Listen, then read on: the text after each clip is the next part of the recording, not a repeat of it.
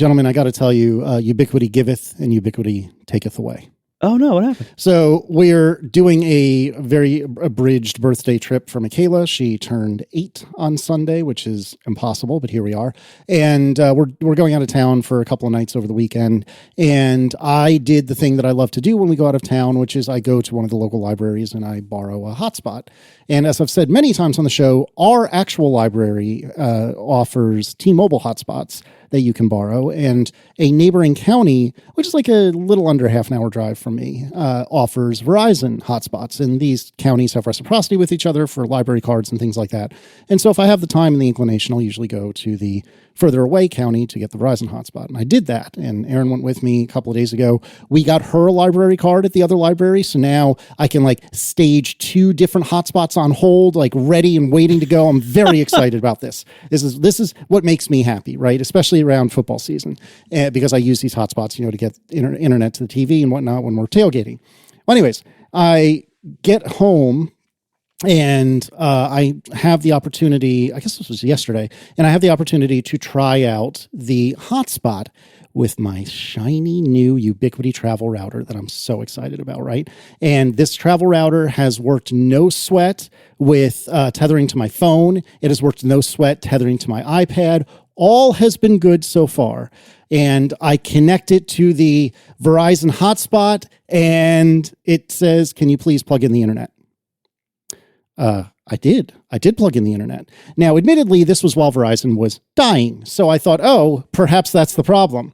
But it turns out, I tried again today after Verizon rose from the dead, and it still is asking, please connect the internet. So I was so excited to have my sweet new Ubiquiti travel router to bring with me, and I still will, and it still works, and it can still rebroadcast the hotspot's Wi-Fi, but I was connecting it via USB-C, which I prefer for a bunch of unimportant reasons, and it didn't freaking work, and I'm having a sad. Does it have an Ethernet jack on the hotspot or no? Not on the hotspot, unfortunately. There are hotspots where this exists. In fact, you might have or did have I have one, one. if I remember Yeah. it. Okay, yeah, there you go.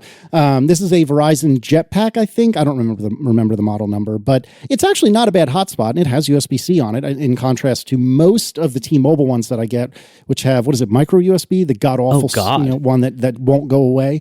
And so that's very annoying. But then I plugged the same hotspot into one of my GL.iNet, travel router things, and it worked no problem. Oh, no. So I'm sure this is a software problem with the Ubiquiti travel router. I'm sure it will get resolved at some point, but probably not before my trip this weekend. So all is really fine in the grand scheme of things, but it's the little things, gentlemen. It's the little things. I was so excited for my shiny new white plastic toy, and it's not going to work the way I want it to. It'll still work. Like I said, I can rebroadcast the hotspot's Wi-Fi, but I'm sad. that's not going to be your limiting factor, especially with Verizon being down for a day. Yeah, exactly. No, that's too bad. So I have the Netgear, whatever the second most recent Netgear AT&T 5G router is, and it's fine. Like it functions as a piece of consumer electronics. It's garbage. But the function of a portable 5G hotspot that creates Wi-Fi or over Ethernet broadcast wherever you are. I have so many uses for this all the time. And in fact, since the iPhone 17 Pro has broken iPhone tethering for me, which is still not fixed, I've been using it more and more. Oh my God. Because it's working fine for me. I'm not trying to say you're wrong by any stretch. I'm just saying it's not everyone apparently, because it works fine for me. Yeah, I'm very annoyed, but so in the meantime, I've just been carrying this hotspot whenever I go anywhere outside of the house, and want to use my laptop, and it's fine. The only thing is so the hotspot, it's kind of like an Apple Watch where if you need to reboot it, you just go do something else for a while. Right. And the thing is, unfortunately, almost any kind of configuration change requires a reboot. If you want to take the battery out and switch it to just a hardwire only connection, reboot. If you want to go the other direction, I'm on unhardwire this and to put the battery back in, reboot. If you want to convert it from bridge mode where it just passes the IP address through the Ethernet port to Wi-Fi broadcasting mode, reboot. And each of those reboots. Just when you're done using it and you turn it off, next time you go to use it, you turn it back on again. That's the boot. So it takes a while. And the battery charging, it has USB-C. Great. except that it does not support even remotely fast charging. So no matter what wattage charger you give it, it's going to charge at like 3 watts. And so if the battery's dead, you can plug it in, like 10 minutes later, it'll be at 2%. Like it's so like as a device, it is not good. But having a hotspot when you have crappy tethering situations is really nice.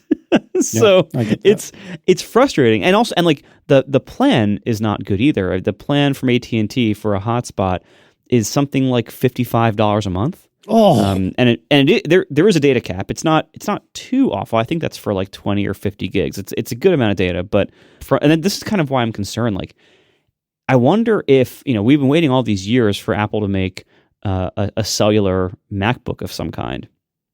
I'm afraid that the plans might end up sucking for them, like that they might be really expensive plans, because like an iPad plan is what, $20-$25 a month. It's anywhere, like mine is 10 because I get like some sort of bundle, but I think typically they're like 20 to 40 generally speaking. Yeah, in that range, right? But like a hotspot plan is 50 or 60. I wonder where they would put, like, I guess PC laptops exist. I guess we can just look this up. But that's true. I do worry like that eventually Apple will give us a cellular MacBook and AT&T will want $60 a month for it. But anyway, mobile hotspots, what amazing capability in such crappy electronic devices. Yeah, they usually are straight up trash. That's why it would be so great to just have this built into the device you're trying to get it into, and which 99% of the time for me is my computer. Occasionally, like now, it isn't, when I'm going traveling or whatever, but generally I would just like to be able to get on the internet on my computer, easy peasy. Another thing I've been looking at, because I don't want a recurring hotspot bill, because I generally only need it kind of regularly in the fall for football. And then outside of that, I don't really ever need it. And if I do, I can just borrow one from the library. But I've been looking, I don't know anything about this, but Solis, S-O-L-I-S, at least here in the States, actually, no, I think it's worldwide, seems to offer hardware that you have to buy for like a couple $100, but then you can buy data either as like a day pass or as like in chunks of 50 gigs or 100 gigs or whatever the case may be. And I haven't spoken with anyone that has actually used this. So if you have used this and you're listening, please reach out. I think their hotspots on the States anyway will kind of go back and forth between T-Mobile and AT&T. And T-Mobile around where I am is generally trash, but AT&T is really good. So I'm very curious if maybe this would be a good answer if I decide to stop doing the rotating library borrowing dance, if doing this wouldn't be so bad. Because I don't mind paying a couple $100 for the hardware, but I don't want to pay $50, $60 to your point, $70 or whatever a month, every month forever. And I looked briefly, God help me, at, could I get like a Starlink Mini or something? Because that would be nice. But not only is it hilariously expensive when service is turned on, which, I mean, to a degree I get, but have you looked recently? Because they turned off the pause, the free pause feature, whatever it is. Well, they did, but also, I mean, person who runs it is awful, but Starlink dropped their rates considerably last year. So like the monthly rates for Starlink are a lot lower than they used to be. Oh, maybe I'll have to look again. But a 5G hotspot is still cheaper though. Yeah, well, that's the thing. And I don't need that kind of bandwidth, right? I don't need whatever Starlink provides. But anyways, I really am interested in the Solis Edge thing, or Solis service, because like I said, I think you can get like a day pass, which would be sufficient, or, I could buy like 50 gigs, whatever the case may be. So reach out if you ever used it. The other thing that I will advocate for 5G hotspots, which is way better than tethering, is that when you have a hotspot like in your backpack and you open up your laptop, it's ready. Because the hotspot is broadcasting a Wi-Fi network, so it's like Wi-Fi. So when you open up your laptop, it's online. Like just immediately, it's on. It's really nice. Like that's the boot up time for the hotspot is not great, as I was saying, if it isn't on. But if you're like going in and out of stuff all day and you have one in your bag that's just sitting there on all day, it's like all of your devices are on Wi-Fi all the time. So it also helps, for instance, if you have some other device that that needs Wi-Fi, like if you have a Kindle, if you have a remarkable tablet, any other kind of device. If you have one of these stupid new AI gadgets, if you have anything like that, if you have a hotspot on your person somewhere, those things are just online always. So it actually is like it scales well in terms of if you have multiple devices, or if you're, again, traveling with family, like you were saying, traveling with family. Everybody has their own devices. They don't probably all have cellular plans. No, like like your kids' iPads and everything. That's not going to have cellular plans. But like if you just have a thing where everyone is just always online on some road trip you're on, like that's really nice.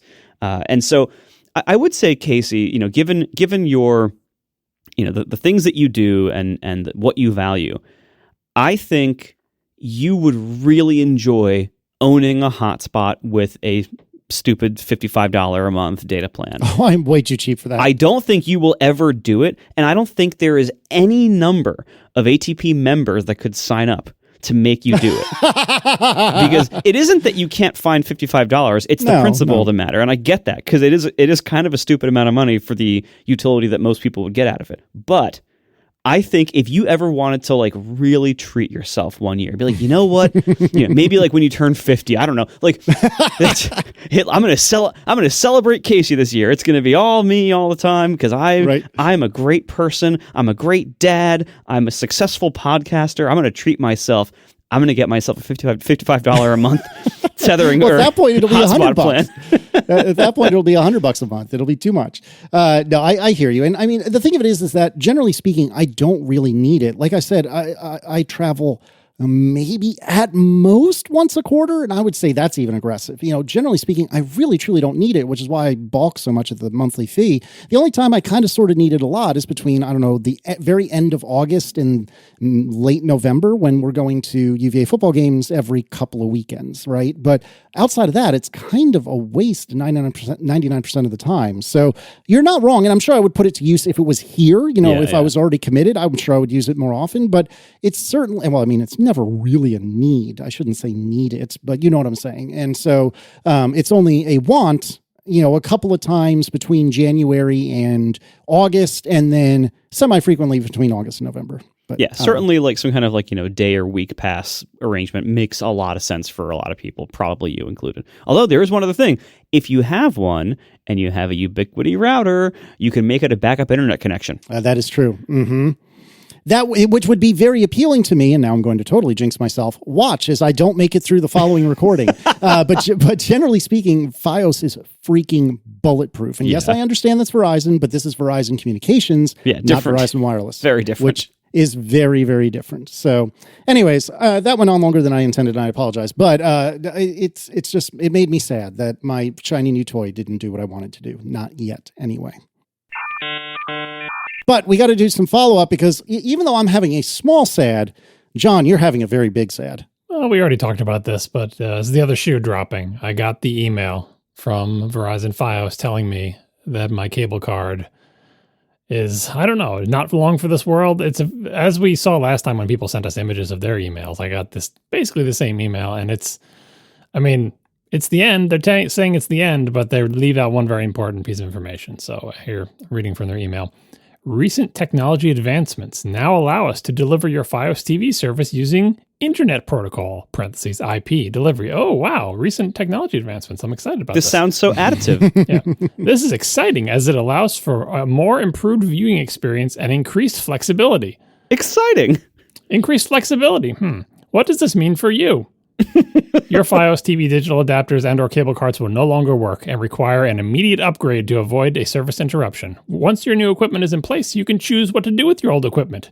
You will not be charged if it's not returned to Verizon. They don't even want the cable cards back. They're like, just, recycle it. They're like, you don't have to bring it back to us. You don't have to bring it back to a Verizon store. You don't have to ship it to us. We don't want it. We don't care what you do with it. Just do something responsible with it. Cable cards are garbage. They are dead to us. There is no date or deadline in this email. Googling led me to just a bunch of other Verizon customers saying, I got this email, but it doesn't say what the date is. I imagine they have to be doing this rollout slowly just because, let's say, some large percentage of their customers decide to upgrade. That's a lot of service calls. So, it's not like they're going to turn them off tomorrow because, people, the customers say, oh, I don't want to lose my TV. Come to my house and swap my cable cards for your crappy stuff. Some number of their customers are going to do that, and they have to wait for those people to make an appointment, get the service call, get it all working, and that's why they're spreading these emails out. It's a slow rollout, so I don't think this is going to happen immediately, but I don't know when it's going to happen. So now start your timer. At some point, I'm going to go pull up my TiVo and it's going to say, I have no signal. And that's when I know it will be over. And at that point, I will cancel my Fios TV subscription and not replace it with anything probably at first. If it turns out I have to replace it with something, then as I said last time we discussed this, I'll look at YouTube TV or other stuff like that. But that's my plan. Wait until it stops working at some unknown point in the future, which I will mention on the show, I'm sure. And when that happens, call Verizon and say, please cancel my extremely expensive cable television package. And then I think this is a good time to give a salute to my TiVo Romeo Pro. It's still working. Cable cards are still working, but it has 12 years of service under my main TV. I think it's probably the best TiVo they ever made before they really started screwing them up hardware-wise. It has more recording capacity than any TiVo device they sold after that, I believe. And it is 12 years old, and it's still going strong. So goodbye, TiVo, whenever, at some point in the unknown future. I'm so sorry, John. I truly am, because I know that as much as I give you a hard time, and justifiably, for your obsession with TiVo, I know that it is something that's very important to you, and I know that this is something that you and I have both been dreading. I have not yet received this email. It's coming. It's only a matter of time. Yep, sometime soon. Again, it's some kind of gradual rollout. Your time will come. Yeah, I'm very sad about this. And this is a good time for me to replug that I was on Downstream with our friend Jason talking about what to do after this comes for me. And there were no strong conclusions reached, but he had some really fascinating insights. So if you're in a similar boat, you might want to check that out. We'll put a link in the show notes. All right, temporal dithering. Kyle Foreman writes, while John's description of how temporal dithering is implemented was pretty spot on, how we perceive the colors is actually even more analog and cooler, in my opinion. The visual cortex does all sorts of cool processing to fill in gaps when you blink, for example, or during eye saccades? I'm not sure how to pronounce that. Thank you. Should have looked it up. Anyway, super quick movements that you don't even notice. But for temporal dithering, a lot of it happens all the way down at the photoreceptor level. You have 3 different types of cones that react differently to wavelengths of light. However, the cones aren't instantaneous detectors, but rather slowly responding gauges that are laggy because they're opening ion channels to create an electrical potential that gets read downstream as inputs to the color system. Whoa. So the cells in your eyes themselves are basically implementing a low-pass filter on the colors you see long before your brain smushes anything together. Pretty cool. Yeah, just for people who don't know what a low-pass filter is, you're lucky you didn't have to take signals and systems in college. Mm-hmm. And don't write a podcast app. Yeah, it's a filter that allows doesn't allow low frequencies to go by. It doesn't allow high frequencies to go by. It allows low frequencies to go. I always get like nearsighted and farsighted. It always gets confused. Anyway, so what this is saying is, let's say there's a high frequency signal, like a light that turns on and off real fast. That's high frequency. Okay. Because each time the light hitting your cones changes, it takes them a while. It's like a laggy gauge. It's like, oh, different level of light. Okay, I'm opening up an ion channel. I'm going or whatever. As it's going through that process now the light has changed again. So high frequency signals, like something that goes on and off real fast, don't actually even get through to your brain because the cones take too long to respond to changes. If it's a low frequency thing, like light goes on for 3 seconds and then off for 3 seconds, that's plenty of time for your cones to react. Light goes on, it's on for 3 seconds. Your cone's like, oh, light's changed. Let me open my ion channels. And that happens. And it's like, okay, light's still on. And then it goes off. That's low frequency. And that low frequency signals are allowed to pass. That's why things like CRTs, plasma televisions, movies, stuff like that. That's why they work for us, because you can flash an image on the screen real fast. And as long as it's like bright and there for a second, you can have blackness for a while. And it doesn't matter because your eyes are still reacting to the stimulus that they got. As long as by the time they're, as long as you don't allow them to linger too long, the next flash of light, they don't care that nothing happened in between. And same thing like plasma, where plasma TVs would, like some of the old ones would show just like the red and the green and then some blue. Like, I don't actually even know what system they were using, but if you took a slow-mo video of a plasma TV, you'd see that it doesn't even flash the whole image. It flashes pieces of the image individually, like a dot of these colors and a dot of, like at the same spot. But that would just be combined. And it's not combined by our brain. It's because our eyeballs themselves are slow to react, the cones in our eyeballs, which is the thing that I didn't know. So thank you, Kyle, for writing in with that information. And I forget what this is in the context of. I think it was like...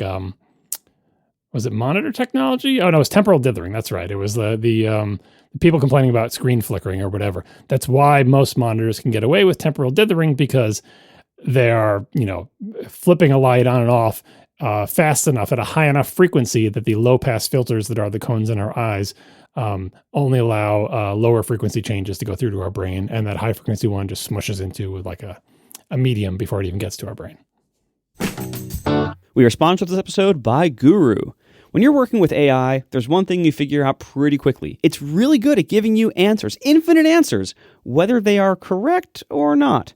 And inside most companies, the hard part isn't generating more information, it's trusting it. You got documents over here, tickets over there, conversations scattered everywhere, and somehow AI is supposed to make sense of all that? That is why they built Guru. Guru is your AI source of truth. It connects all the things your company already knows and turns them into clear, explainable answers you can trust. Think of it as the knowledge layer your AI should have had all along, grounded in actual systems, transparent about where information comes from, and consistent for everyone who needs it. When teams and their AIs all pull from the same trusted foundation, work gets done faster, decisions get made better, and there's a lot less, wait, where'd this come from? Questions in your Slack. So in a world full of confident but wrong answers, Guru keeps everyone aligned on what's actually true. See what Guru is doing for companies like Spotify, DHL, Stripe, and more at getguru.com. That's getguru.com. Thanks to Guru for sponsoring our show. John, you were shaking your fist and shouting at clouds with regard to too many screens and things. So we have a lot of this from CES. Do you want to tell me about it? Yeah, I mean, this is just a coincidence. I was mostly complaining about that tiny little Anker charging brick with one USB-C port on it, and they put a screen on it. I'm like, no, too far. It's too much. This is tangentially related. At CES, they're putting screens on too many things. Two examples. One, this is an MSI computer. They're obviously gaming PCs. They're all fancy and RGB lights, and they have clear sides and water cooling or whatever. And they've had screens on them for a while, but now there's a little bit of an arms race. This MSI MEG Vision X tower computer essentially has a screen on the entire front of the tower of the computer. Like an LCD screen, like full height on the front of the computer. It kind of reminds me of those, like, I guess a Nanoraptor type, fake drawings of like take a tower computer and say it's an all-in-one because you put a screen on the front. The screen is not for you to run Windows or whatever. What's on the screen is some gamery looking thing that lets you look at settings inside your PC or whatever. It is literally a screen for your PC, which I think is dumb, but fine, whatever. Let's go up one more level. Also from MSI, there's a lot of MSI content in this episode. The MSI Lightning RTX 5090 is an extremely expensive, no price announced, video card. It's a NVIDIA 5090 with like a 17-pound copper heat sink and liquid cooling going through tubes to a giant fan assembly. It's going to be really expensive. It's super duper overclocked. And guess what? This video card has a screen on it. No, it's inside your computer. I know the cases are clear, but like it's literally inside your computer. What's next? CPUs with screens on them? What, RAM with screens on it? Screens are on too many things. No, they even mentioned in the video I watched about this that, like, in case you're wondering why it's not an OLED screen, it's merely an LCD screen on your horrendously expensive video card. It's because the OLED screen gave off too much heat. Maybe don't put a screen on your video card. Yeah, imagine that. So stupid. Yeah. Anyway, screens are on too many things. Gamers have bad taste. You tell me about it. All right, last episode we were talking because Abraham Vague wrote to tell us that the channel selection and channel size are the most important part of setting up a good Wi-Fi network. And John, you have thoughts. Yeah, I meant to talk about this when I was talking about my new Eero setup in both the Pro and the Con. That's exactly why I put Abraham's thing in there about selecting channel size and also location, but all the other stuff. In theory, one of the benefits of Eero is that if you don't know how to do that, you don't know how to select the right channel and how big it should be, you don't know how or when to tweak that or tell whether you've done a good job, Eero does that for you. It figures out what channels are free, what channels have the least congestion. And amongst all the little mesh nodes, it sets everything automatically for you. Now, if you Google about, all right, well, so how well does that work? You'll find some people saying, it's great, I never have to worry about this stuff. It just does it automatically, and it's great. And then you'll find other people saying, I want to manually select the channel, the channel on the size, and Eero won't let me do it because it's all automatic. I wish I had quote unquote real networking hardware that would let me select this stuff myself. I fall down on the side of I don't ever want to know or care about this stuff, and I just want Eero to do something smart. As far as I'm aware, Eero is doing something smart. My only evidence is that I have solid Wi-Fi connection everywhere, and that every time I upgrade to fancier Eero gear, my signal and my speeds get better. But if you are a network expert, this is another trade-off with Eero. If you want manual control over channel size and selection, I don't think Eero gives you that option in any way. But if you don't know what channel size or selection are, maybe Eero is the right product for you. All right, and then continuing with Wi-Fi, let's talk about Wi-Fi 7. I'm sorry, Wi-Fi 8, because apparently it's happening. So Steve Bonifield at The Verge writes, the first Wi-Fi 8 routers and chips made a surprise appearance at CES 2026 and could launch this year, only a couple of years after Wi-Fi 7 debuted. Rather than focusing on speed upgrades, Wi-Fi 8 promises improved stability. It offers the high speeds and bandwidth of Wi-Fi 7, but with improved power efficiency, higher throughput, and better peer-to-peer communication between devices. Wi-Fi 8 is also better at maintaining fast, stable connections when the users are moving devices around or moving them further away from their router. As a result, Wi-Fi 8 users will experience less dropping out or freezing and better streaming and gaming performance. See our past discussion about how long it actually takes for a Wi-Fi standard to trickle out through the hardware and get the good version of the standard with all the features. So it'll be a while, but it is funny that we chose this time to start talking about Wi-Fi 7 and Wi-Fi 8 is already here, where here is in scare quotes, CES style. All right, so since we're already talking about CES, we are now done with follow-up because John has some new news he would like to share with us. And John, it appears that you have virtually strolled the CES floor and have some discoveries you'd like to share with the class. Yeah, there'll probably be more from CES in future episodes, but I just wanted to give a few items that kind of ties into earlier discussions about Apple monitors and stuff. My usual disclaimers about CES apply. At CES, they show things, some of which may never even ship. Hopefully, like that video card with the screen on it. One of the things they almost never do at CES is announce prices. Like they'll show you the products and they'll say, yeah, it'll probably be around this price, nudge, nudge, wink, wink, but nothing official, blah, blah, blah. Sometimes it's just no price at all. But I did manage to find some items that look like they're real and are going to ship and actually have announced prices. The reason I want to highlight these is to continue to show just how far behind Apple is in the monitor race. Sick burn. Yeah, well, I mean, you'll see what here. So the only place Apple's ahead is in monitor naming.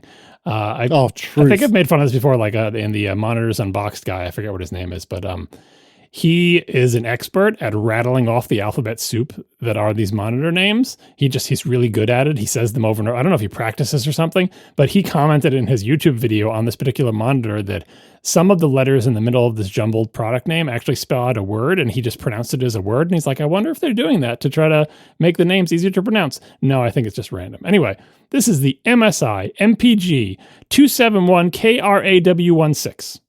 Cool. Or the 271K RAW 16. I don't think that's an improvement. Anyway, it's a 27-inch 5K monitor. It's the exact same resolution as the Apple Studio Display. It's a mini LED IPS LCD, which means it has a backlight with a bunch of little LEDs that you can turn on and off. It's glossy. It's got an adjustable stand, 165 hertz or 330 hertz in 1440 mode, which is a gamer thing where they double the refresh rate by having the resolution or whatever, or quartering it, whatever. Can I pull on that thread just for a moment, please?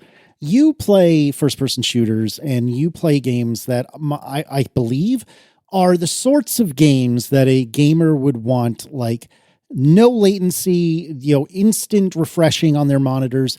Does that actually freaking matter? It totally does. The problem is I'm playing on a PlayStation 5, which mostly maxes out at 60 hertz. I can play Destiny at 120, but only on my big TV because my monitor is so old it only does 60 hertz. But it makes a difference in your ability to like play the game well, the difference between 60 and 120 hertz? It does. Because like the input lag is lower and the motion is smoother. And maybe in a future episode, I'll talk about NVIDIA's new backlight strobing thing, which is another big update this year in terms of motion clarity. But yes, it does make a difference. No, I mean, there's diminishing returns, obviously. But anyway, sure. So this one, like I said, it's 165 hertz, and it does have a doubling mode where you can do 330 hertz at 1440p mode. The mini LED backlight has 2,304 local dimming zones. The Pro Display XDR for $7,000 or whatever has 576 dimming zones, which is way less on a way bigger area. The 16-inch MacBook Pro has 2,554 dimming zones. Supposedly, that's the best number I could come up with searching. Apple doesn't give that number, I believe. The Studio Display has 1 zone and no dimming at all. This MPG 5K monitor is 1,400 nits on an 8% window. The XDR and the MacBook Pro are 1,600 nits. I don't know what window size. The Studio Display is 600 nits. This monitor is G-Sync compatible if you care. It's got HDMI 2.1, DisplayPort 2.1, 2 USB-C with 98 watts power delivery, 2 USB-A at 5 gigabits, 1 USB-B at 5 gigabits, and 1 headphone port. All right. This monitor is essentially a 5K monitor like the Apple Studio Display, but it is brighter. It is 165 hertz. It has 2,300 local dimming zones, and it is $900. Gracious. So like this is like I'm just reading, just as we're recording this show, there's like another rumor leak of like, oh, FCC things for like the Studio Display successor and the XDR successor, where, you know, those things aren't out yet and don't exist yet, but like, oh, maybe the XDR will have, the Studio Display will have local dimming now or whatever. This is what they're competing against. 165 hertz, 27-inch, 5K, 2,000 local dimming zones, $900. Adjustable stand included. Now, next monitor. Before you move on, though, I have to say, stats-wise, this is incredible. And we were just talking about how I'm cheap. I mean, frugal. I mean, I spend money wisely. And no, you don't. I don't know.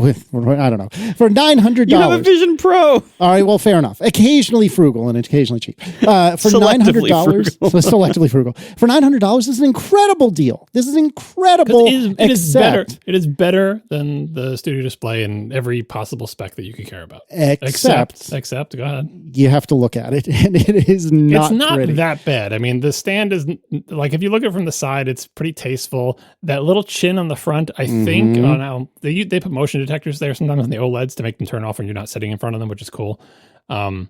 It could be worse. Look, gaming. This is a gaming monitor. It could be. It could be way worse. And actually, I think if you VESA mount this, it wouldn't be too bad. To your point, but. Yeah, I mean, you still got to look at it. And I would suffer through. I mean, I'm looking at 2 LG 5Ks, which are not exactly pretty either. And so I would be able to suffer through, but this is better than those. Like it's like a mini XDR. It's because the dynamic backlight makes a huge difference. You can have true blacks on it. And it has way more zones than the XDR. So this is a good display. All right, so what's the next one? The next one is the MSI MAG 271 KPD7. Cool. Rolls off the tongue. Are these Sony headphone names? Yeah. Right? They're worse. The monitors are worse than Sony headphone names, believe it or not. Because there's so friggin' many of them. This is another 27-inch 5K display. Like, these are Mac relevant things. IPS LCD, matte finish, adjustable stand, 75 hertz, not 60, 75 hertz, or up to 300 hertz in 1440p mode. This is the guy's name, Tim Scheisser? What do you think about that? Scheisser. All right. Tim Scheisser from Monitors Unboxed. Here's a quote from his video. He's looking at this monitor, and this is what he said in the video. Talking about the 75 hertz refresh rate. That's a little unusual. 75 hertz is quite a low refresh rate for a modern display. I tend to think of 120 hertz as being the minimum these days, so I thought, why are they making this monitor? He's questioning the existence of this monitor because it's only 75 hertz. All of Apple's monitors are 60. It's sad. G-Sync compatible, display HDR 400, which is only 400 nits, and the Studio Display is 600 nits, which isn't great, but whatever.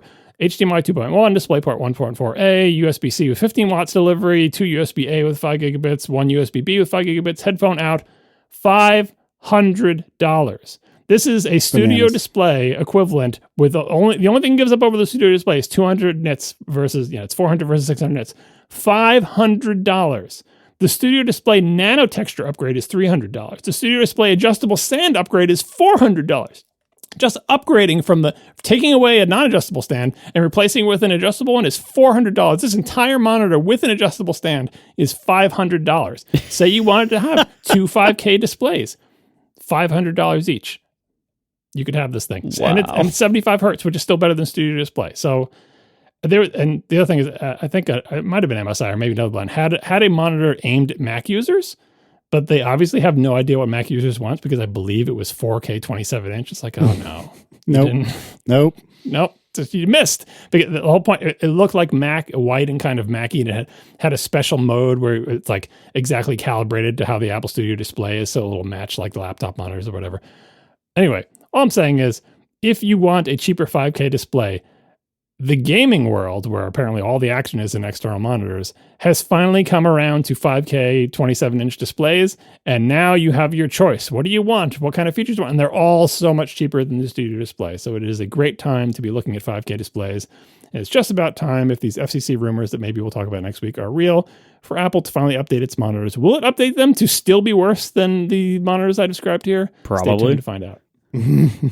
They will certainly be more expensive. You can be guaranteed that. Yep. And then one more quick one. This is LG, so it's not as gamery, 27-inch 4K RGB striped tandem OLED panel.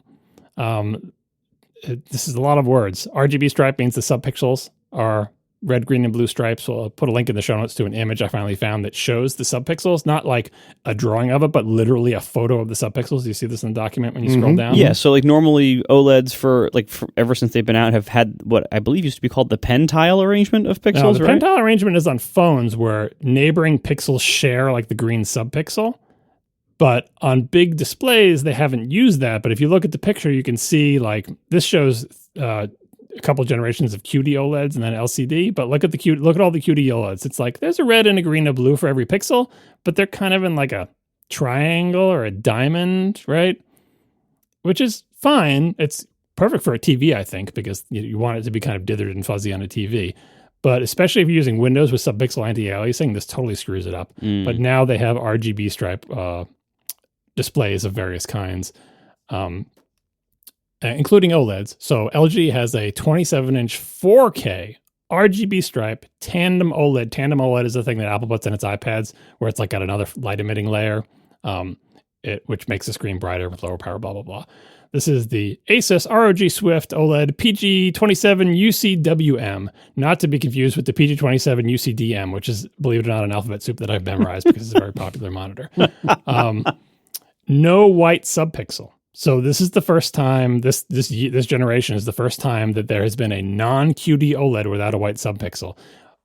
So that is exciting. I don't know if the iPad has a white subpixel or not. I've never looked into that. But anyway, this is a monitor. And I'm looking at this as a gaming monitor. Why do I care about 27-inch 4K? Not for my Mac, but my gaming monitor. I currently use on my PlayStation a 4K 27-inch monitor. That's the size and resolution I want for PlayStation games.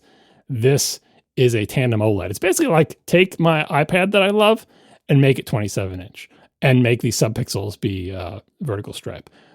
Glossy finish, 240 hertz, 1,000 nits max brightness, which isn't that much, but it's way higher than my current one, which probably is like 300 nits. Adjustable stand, of course. DisplayPort 2.1a, HDMI 2.1, USB-C with 90 watts power delivery, headphone out. No price announced. That's good specs, though. Yeah, and the stand is disgusting and I hate it. But yes, to Casey's point, like you can do something about the stand. Anyway, I'm excited. All I'm saying is that the time for me getting a new gaming monitor, it's getting closer. It's looking closer. I love these specs. I'm sure the price will be great, and this would be a huge upgrade over my current monitor.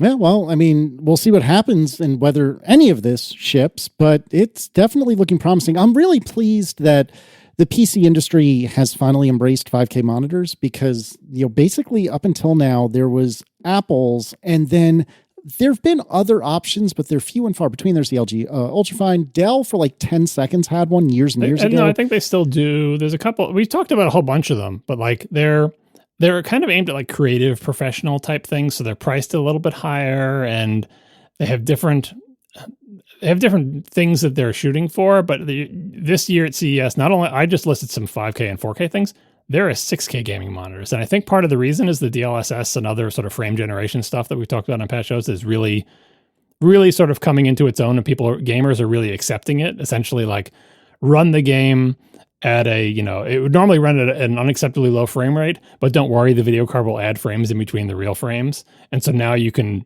potentially game at 5K. Maybe you can't game at 6K, but like these monitors are suddenly somewhat relevant to gaming. Not super relevant. Everyone's like, can you run any real games at a good frame rate at 5K? And people are like, oh, I need 500 frames per second.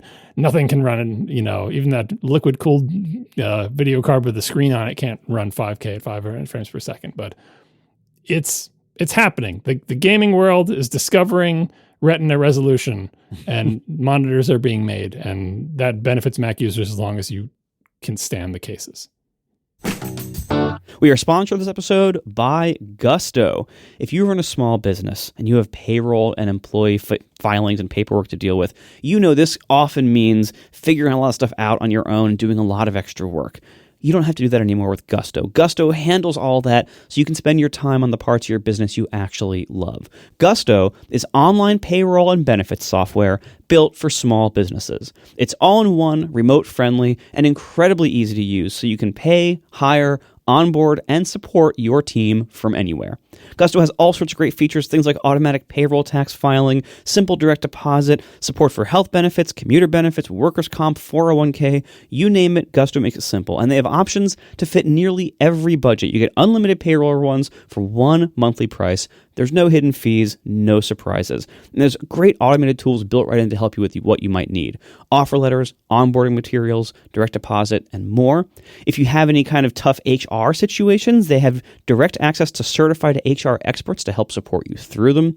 And switching to Gusto is quick and easy. You can just transfer your existing data to it to get up and running quickly. And you don't pay a cent until you run your first payroll. Gusto has been rated the #1 payroll software according to G2 for fall 2025, and it's trusted by over 400,000 small businesses.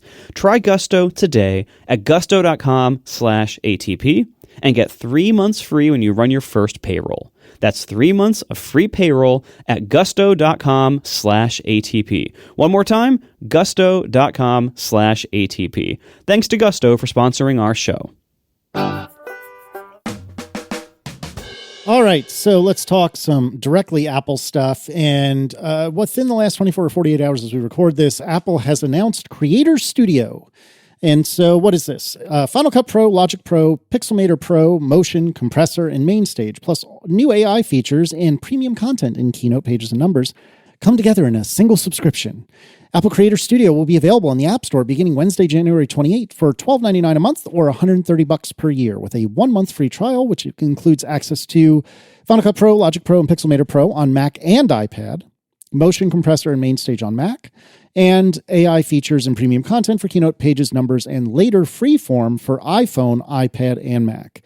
If you're a college student or an educator, you can do it for $3 a month or $30 a year. Up to 6 family members can share all the apps and content included in the Apple Creator Studio with family sharing, unless you got it through the student discount, in which case, tough nuts. You can't share. That was my plan. I was like, this is great. I have 2 college student children. They'll just get it for $30 a year and they'll share it with their 6 family members, and it'll be great. No. Not allowed to do that, which sucks. Womp womp. Alternatively, users can also choose to purchase the Mac versions of Final Cut Pro, Pixelmator Pro, Logic Pro, Motion, Compressor, and Mainstage individually as one-time purchase on the Mac App Store. John has been kind enough to put notes in the show notes for me to read to you. Final Cut Pro, $300. Logic Pro, $200. Pixelmator Pro, $50. Motion, $50. Compressor, $50. Mainstage, $30. Mainstage turns the Mac into an instrument, voice processor, or guitar rig. I'd never even heard of that app, had you? No, nor had I heard of Motion or Compressor, to be honest with you. Oh, I've heard of Motion and Compressor. Oh, yeah. It's been around for a while. I have Compressor. Mainstage is just, maybe it's a new app or maybe it's just a blind spot because I'm not a musician using my Mac. But so 2 things before we continue with the story. One, I'm kind of surprised that they continued to have the one-time purchase things. And 2, it kind of reminds me of those infomercials from our youth where it's like, you're getting all of this. Look at the value. Because when you add up the individual price of like, okay, well, it's $130 a year.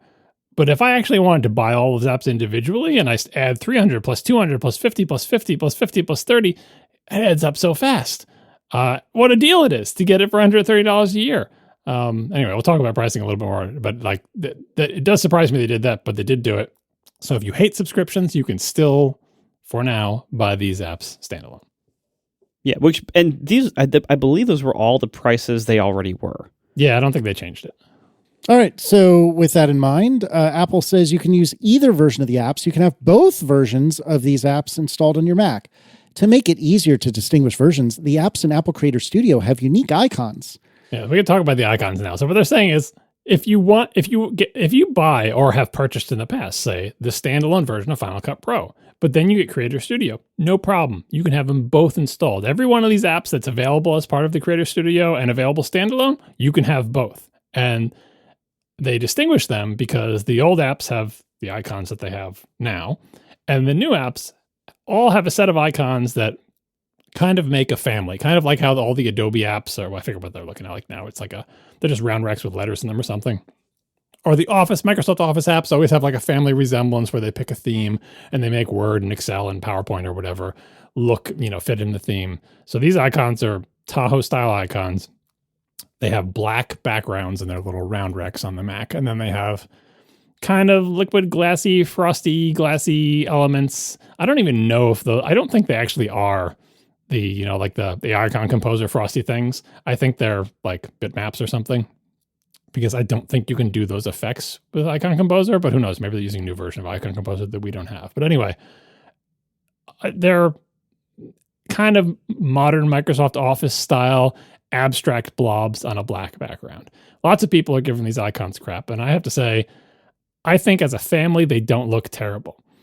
They're Tahoe icons. They're boring. They all kind of look the same. They're very abstract or whatever, but I think this family is actually reasonably well executed. If every other icon on the Mac didn't look like butt and we just saw these, be like, oh, what a refreshing change. But as it stands, they're kind of part of a larger movement that I hate. But individually, I don't hate this, collectively, I don't hate this family. Individually, some of the icons are a significant downgrade from the icons that came before them, and some of them are kind of nonsensical. Like the main stage one is supposed to look like a slider or something, but it is a little bit off. Final Cut Pro is always a really cool icon, and now it's boring. But, the Pages one, I kind of like the little gradient pencil. Pixelmator, I don't know what it's going for, but it's kind of cool. I don't like Pixelmator Pros at all. It's like a round rect that's just an outline over a round rect that's filled in. I guess it's supposed to show layers with like 3 dots beneath it connected with lines. That's the little grab handles on like a Bezier curve, I guess. I mean, I don't like that one at all. Yeah, I like some of them are better. I like than Final others. Cut Pro. I like Logic Pro. Do you like the McDonald's icon? Motion is basically 2/3 of a McDonald's icon. Motion is either McDonald's or Follow the Bouncing Ball. Freeform was already like this. So Freeform is like, yeah, that looks like the Freeform. And Numbers was already the middle finger, like bar chart. So Yeah. Remember when Keynote was like a cool, like wooden pillar stand? And then, like now it's just kind of, this is basically like, imagine abstract shapes drawn with a strip of frosted glass. Like even the Keynote one, it's supposed to look like one continuous strip. So it goes down and then to the left and then wraps to the back. Do you see it at the bottom? Looks like a line. Yeah. I don't mind them that much, but lots of people are giving them hate. But anyway, I think when I see them, I say, yeah, this is an application suite. This is a family, and that's what they're going for. The one thing that I will say that really made me laugh is that somebody put together, and I don't think I'll be able to find it for the show notes, but somebody put together, for you. I can where I'm going with this, a tweet or whatever, where they showed the evolution of icon design, but from current to original. And the comment, the caption, whatever, was something along the lines of, looking at these icons in reverse is like watching an icon designer get incredibly good at their job or something like that, which was very funny. Basically. And it was showing the Pages icon, because Pages is now this super abstract like pencil, and then like as you go backwards in time, it gets more and more detailed and beautiful looking, all the way down to one of everyone's favorite icon was like the Pages icon that was like a really cool semi-photoreal illustration of an inkwell with like a fountain pen next to it. Mm-hmm, mm-hmm. Yeah, anyway, it was a very funny tweet. These icons, like some of them are not that different from what we had. So, like Numbers, Freeform, like those are not that different. Even the Pages one, like not that different. I think some of them are bad. Like I think Pixelmator is a terrible representation of anything. Yep. Logic is really a real downgrade from the cool Platinum record. Logic Pro, I think, looks like a robot breast from an Elon Musk movie. Mm-hmm. And as a user of Logic, I'm not looking forward to when this is pushed on me. But I think the entire idea of distilling the icon style down to an essence and having it be simpler, more abstract shapes, and then layering on top of that, we want these to all look like a family. So we're going to have them all look somewhat similarly styled and they're all going to have these same, like, simple flat backgrounds, basically single color, neon glass looking shape on top. What that does by that uniformity and having them look like a part of a family, that serves the corporation and their branding guidelines. But that doesn't really serve users, because what that does, when you have them all follow a very simple kind of template style, it makes them less distinguishable from one another at a quick glance. And the entire purpose, like when you're using an app icon, either in some kind of launcher capacity, like like a phone home screen, or on the Mac in the case of like looking at things in the dock. What you need is for those icons to be very different from each other so that you can quickly and easily visually locate the app you are looking for and distinguish it from other similar apps. Now, when companies do this thing where all of our things need to look similar, all the big tech companies do this. Google does this with all their rainbow icons that all look exactly the same. Adobe has all their weird letter icons for the Creative Suite apps, which this is obviously trying to rip off. Like the big companies all do this. They make all their apps look the same, and they are serving their own goal of uniformity. And that, again, I don't think users are asking for that, first of all, or really benefit much from that. It's in the same way that Apple has always in the Alan Dye modern era, Apple has talked to, and Johnny Ive too, had talked about unifying the platform so that you have a consistent user interface across the Mac and the iPhone and the iPad, and that often does not serve those platforms or their users. It's one of those things that to a designer or to a company's marketing and branding teams, those sound really good. It sounds good to have a unified, consistent style. But in most cases, the results of that suck in some unnecessary ways. And I wish they would eventually maybe realize that. And there's a time and a place for consistent branding, but I think all of your icons and all of your UIs are not necessarily that place, because what it actually does is make the icons work worse at one of their most important jobs. I'll see. I'm with you on the Google one because they basically use the rainbow kind of gradient and a couple of different shapes. But I think Apple has made some smart choices here, and Adobe kind of too. So first of all, Apple, due to its own stupidity, has forced every icon on the Mac to be the same shape with the round rec, which immediately cuts off one form of identification, which is different icon shapes. Okay, to get around that, this Creator Studio suite of icons all use a black background, and they even put it on a black background on the webpage. Like the round rec is black, and it's got the stupid highlights on the edges, whatever.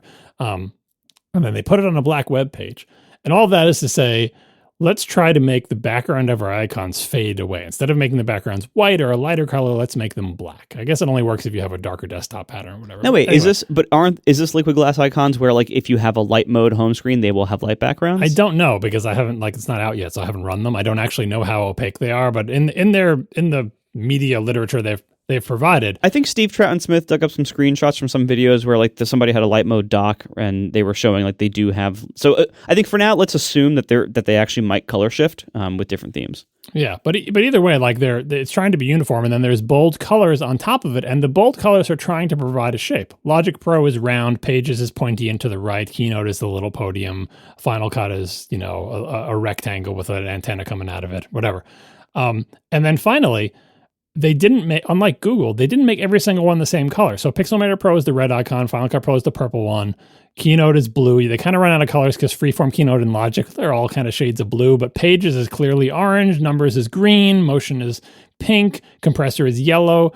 I think they're trying to avoid what you just said, which is they made all the icons look the same. Now, granted, they're working within a system that demands they use the same art style for all of them, which isn't that bad. We used to use the same art style when they were all photorealistic too. But anyway, there's a little bit more sameness in an abstract design system than there is in a photoreal one, because photoreal objects look different in real life, so they can be distinguished in that way, whereas no matter what you draw with this liquid glass frost, it looks like liquid glass frost. But I think they did as good a job as they could do while still using the abstract liquid glass thing by distinguishing them in silhouette shape and major primary color. I still like the old icon style better, but I do give them some credit. And Adobe, the same thing. Their stupid icons are letters, PS for Photoshop and LR for Lightroom and blah, blah, blah. You're not going to read the letters or whatever, but they do make their stupid round rec icons all different colors. Now, are the colors different enough? When you have a certain number of apps in your icon suite and you run out of primary and secondary colors, then you're into tertiary colors, and it's but they're trying. They're trying to distinguish the icons.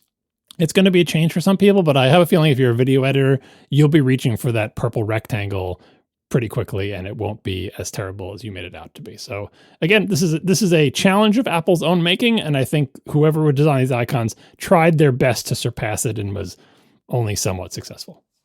All right, where did we leave off? Let's see. The AI features. We're not going to list every single one here, but like you mentioned before, like that if you get the subscription, you get a bunch of intelligent features or whatever in Keynote pages and numbers or whatever. And it's like, well, what are they adding? And I just pulled out 2 examples of like features that didn't exist before in these apps that are AI powered or whatever.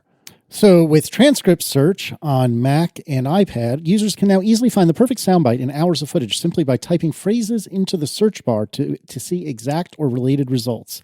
That is legitimately super cool.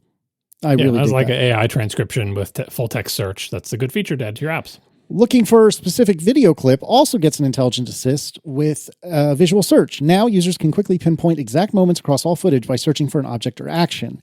And I forget what the marketing image had for this, but it was something like they searched for going upstairs or something along those lines. And you see a bunch of clips of a person walking in front of steps. Yeah. It's like a pop-up menu that says, are you looking for a thing or something that happens? If you're looking for action, you say, person falls down, car races by or whatever. You're looking for an object, you say tree or house or rug or whatever. Again, a way to find stuff using, image recognition in your video clips. Advanced image creation and editing tools let users create high-quality images from text or transform existing images using generative models from OpenAI. Hey, OpenAI, still working with Apple.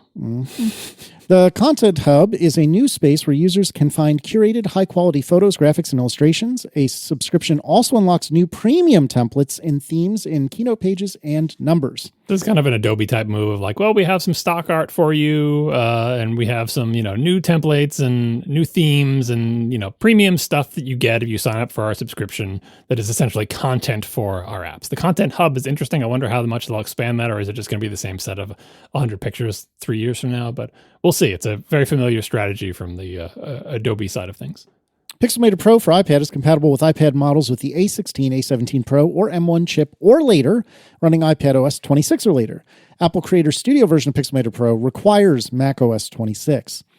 The one-time purchase version of Pixelmator Pro requires Mac OS 12 or later. That's a big difference there. So Pixelmator Pro, again, there's a subscription one and there's the one-time purchase one, and the OS difference is Mac OS 12 versus Mac OS 26. And I know that's not, they skip numbers there, but Mac OS 12 is pretty darn old. So that's essentially like the Pixelmator that Apple bought. It works all the way back to Mac OS 12. The Creator Studio subscription one, nope. 26 or nothing. So that's another thing, potentially keeping people on the standalone versions if you don't want to upgrade to 26. Or if you do really want the new version of this app, you have to upgrade to 26. And then Keynote pages, numbers, and Freeform will remain free for all users to create, edit, and collaborate with others, including Apple Creator Studio subscribers. These apps will continue receiving updates with the latest versions adopting the beautiful new visual design language with liquid glass on all platforms and supporting the new windowing and menu bar improvements in iPad OS 26. However, Pixelmator Classic for iOS, released in 2014 as a companion app to the now discontinued Pixelmator Classic for Mac, provides basic image editing features such as cropping, color adjustments, and effects. It remains a functional app, but is no longer being updated. Another one bites the dust. And then Chris Welch pointed out, Photomator is not included in Creator Studio, but will remain available for $8 a month or $30 a year. It's anyone's guess how much development attention the app will receive as a standalone item outside the new bundle.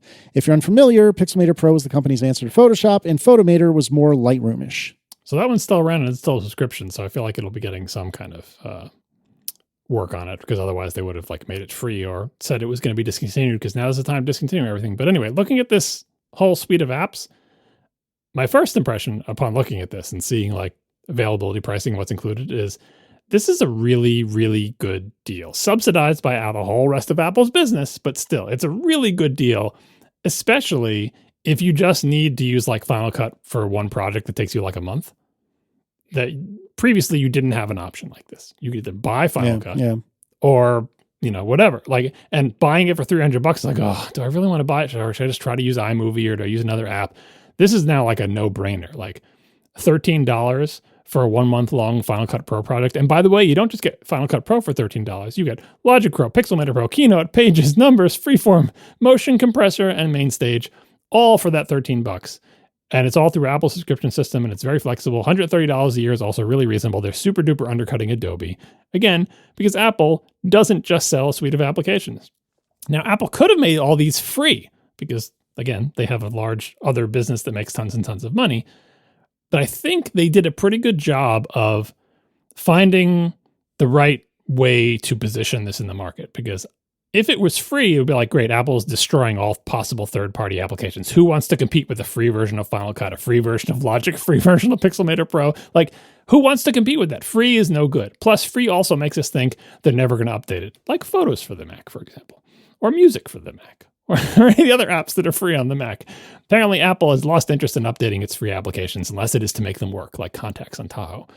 Or make them worse, rather, like Contacts on Tahoe. So I think what they've done is, we're going to charge you money, and we're going to charge enough money that third-party apps, in theory, could potentially still exist. It's going to be hard for them.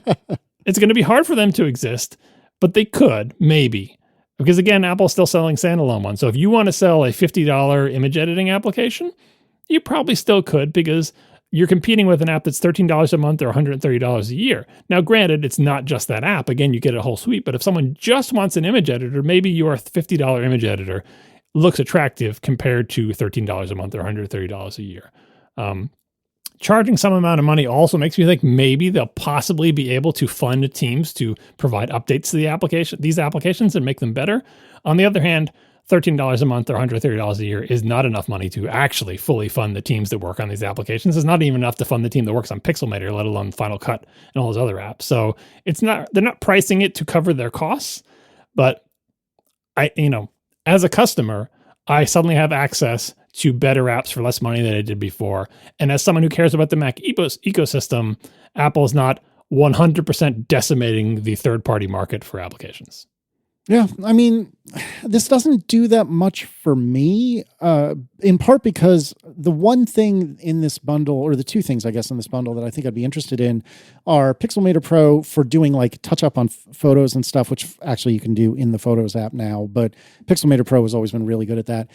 In Final Cut Pro, because occasionally I will do some manipulation to videos, and I'm sure I could use a different app for it, but thanks to my brief stint as a very unsuccessful YouTuber, I've gotten fairly familiar with Final Cut Pro. We've all been there.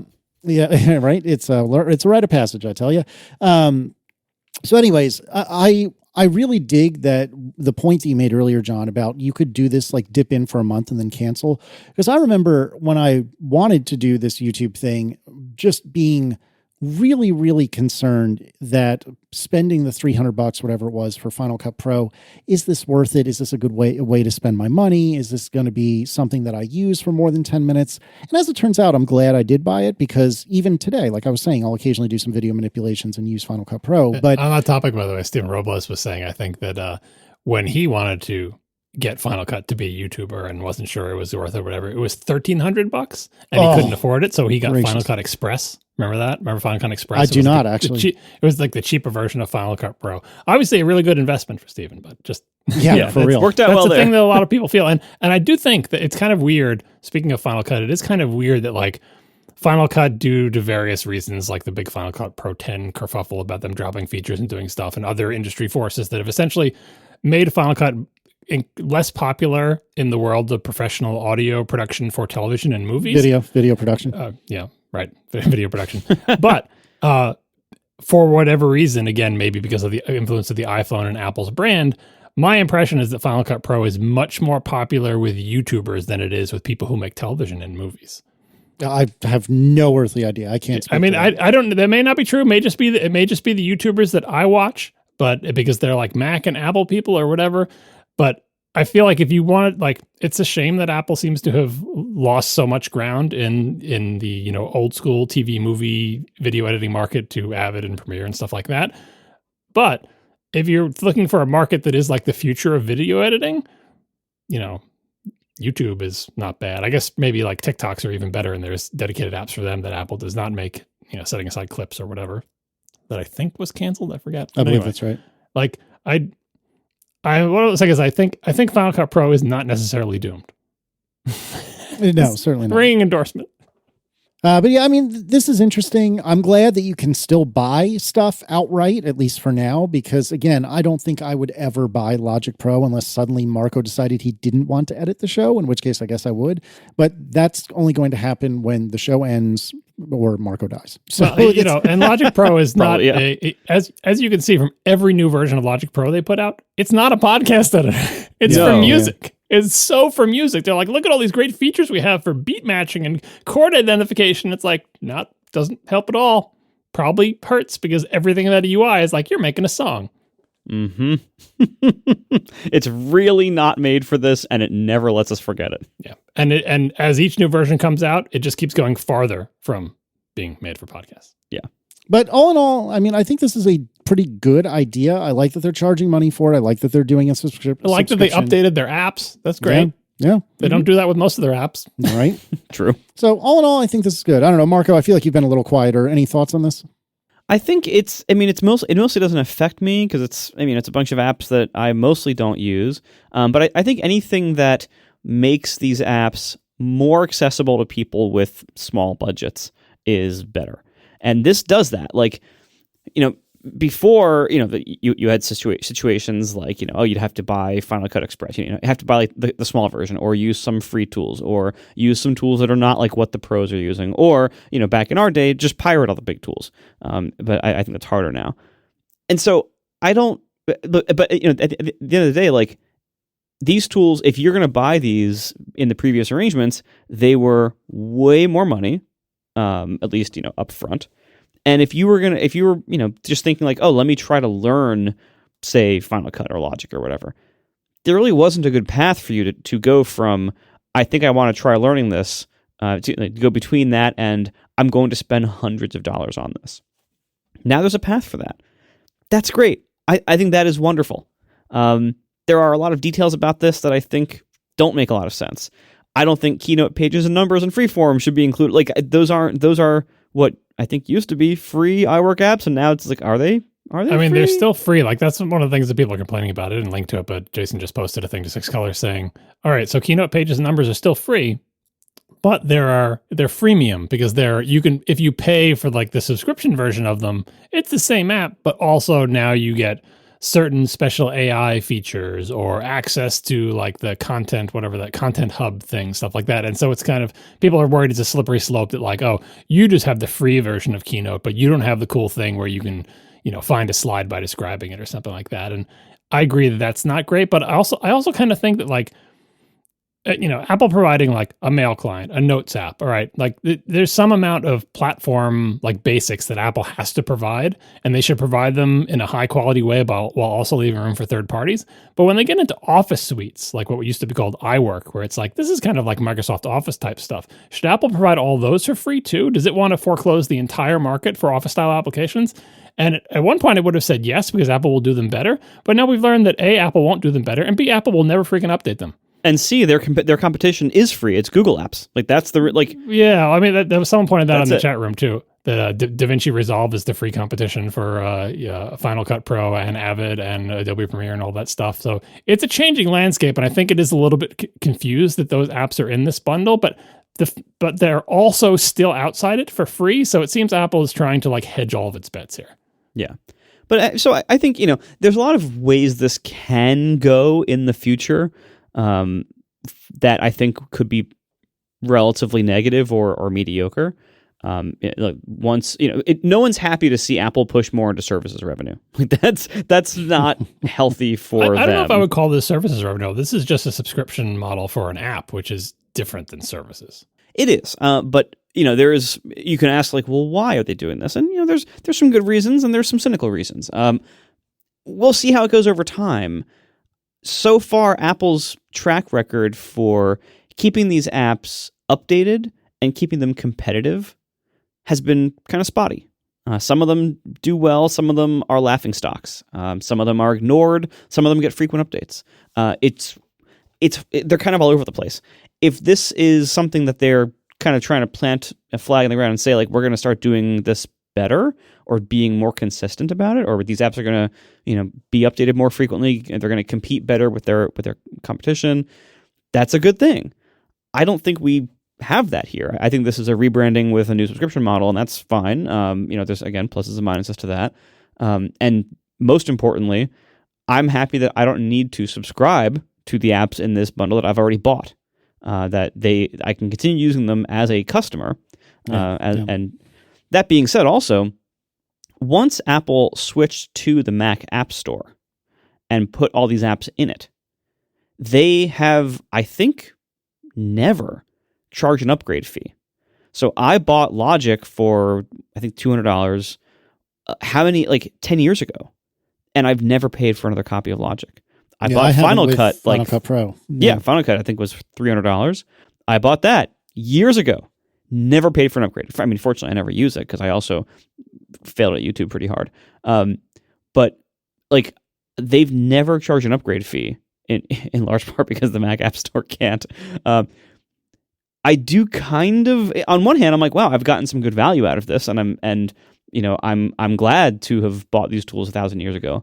On the other hand, as both somebody who sells software through a subscription, and also, somebody who recognizes business realities here, like, I think the days of my perpetual one-time purchase license being, even working and getting the new version, let alone being available to new purchasers, those days might be numbered.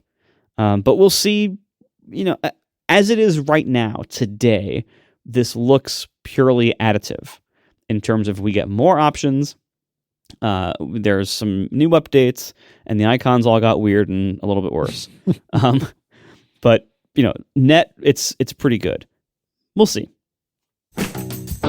We are sponsored this episode by 1Password. It's easy to assume that if you have a small business, being small will let you fly under the radar. But the reality is that small businesses are targeted more and more by bad actors through cybercrime. And the criminals know that lean teams often lack the resources to prevent or respond to security breaches.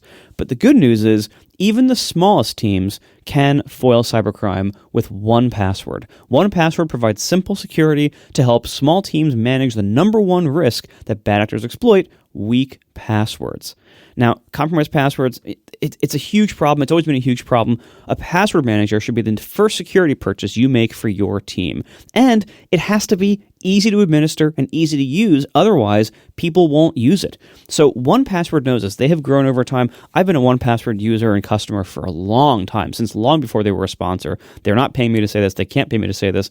I like it a lot. I use it for both my family and for my business. In both cases, we need to share passwords a lot, have some kind of centralized login, and it goes beyond passwords. You can have any kind of sensitive information in there, IDs, documents, things like that. And I use it for all that stuff, and it's great. Now, whether you're an individual or small business or a family, they have products to cover all of those needs, and they are great. And small businesses, this is perfect for you because it's easy for a small business to administer. As your business grows and you get maybe more security requirements, 1Password's there every step of the way to grow with you. They have all these different compliance compatibilities they can do and everything. So no matter what you need from 1Password, they have it for your business. It is a fantastic product. Take the first step to better security by securing your team's credentials. Find out more at onepassword.com/ATP and start securing every login. That's onepassword.com/ATP. Thanks to 1Password for sponsoring our show. All right. Apple and Google are sitting in a tree, KISSING. They have decided that they are going to, or that Google Gemini will be the backing technology behind Siri in the future. So let me read Google's entire press release. Buckle up. Apple and Google have entered into a multi-year collaboration under which the next generation of Apple Foundation models will be based on Google Gemini models and cloud technology. These models will help power future Apple Intelligence features, including a more personalized Siri coming this year. After careful evaluation, Apple determined that Google's AI technology provides the most capable foundation for Apple Foundation models and is excited about the innovative new experiences it will unlock for Apple users. Apple Intelligence will continue to run on Apple devices and private cloud compute while maintaining Apple's industry-leading privacy standards. That is it. That is the entire thing that Google submitted. And it is supposedly a joint statement, but I believe it is only on Google's website. Yeah, and they gave it to Jim Cramer. Yeah. So a couple interesting things here. So first bit that I highlighted in the notes, Apple Foundation models will be based on Google's Gemini models and cloud technology. I don't know what the "and cloud technology" means.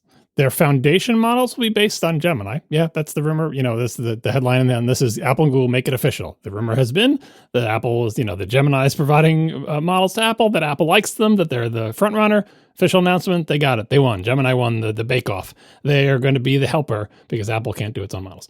Although, that being said, I don't believe the rumors were indicating that it would also include on-device models. I think that's new here. No, that's not new. They had that as well. Like there was part of it was getting Gemini down to that size. There was a rumor about like making smaller ones that could fit on device. There was two bits of that. Well, One isn't was, Google already doing that for Android phones? Yeah, like it's not unreasonable. Like Google makes a whole bunch of Gemini models of various shapes and sizes, so it wasn't unreasonable. In fact, most of these stories are talking about the extra work that Google had to do to get their stuff to run on private cloud compute, not to get it to run on the phone. But I'm sure they're tweaking it for both of them. But anyway, it's they're going to be the Apple Foundation models will be based on Google Gemini models and cloud technology. What is the cloud technology? Yeah. Now, there's a couple of ways this could happen. I mean, they emphasize, Apple stuff. It's going to run either on your device or on private cloud compute, which is a special, secure, privacy-preserving way, we've talked about in the past, right? That's where it's going to run. But private cloud compute it's a combination of Apple hardware, and supposedly their M5-based server chips are coming sometime soon, but they got the M2 Ultras that they've been using. Anyway, it's a special hardware and software thing, and that live in a data center somewhere. I assume Apple has its own data centers where it houses this stuff.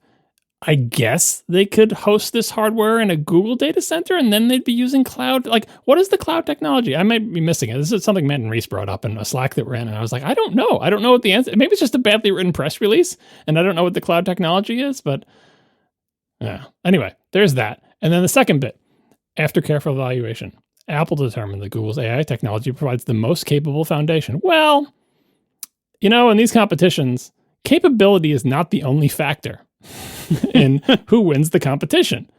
The rumored price for this from Gurman was that it's $1 billion a year, which is peanuts for Apple and is a good deal. That's a steal. Like that for what Apple is getting and for how badly Apple needed it.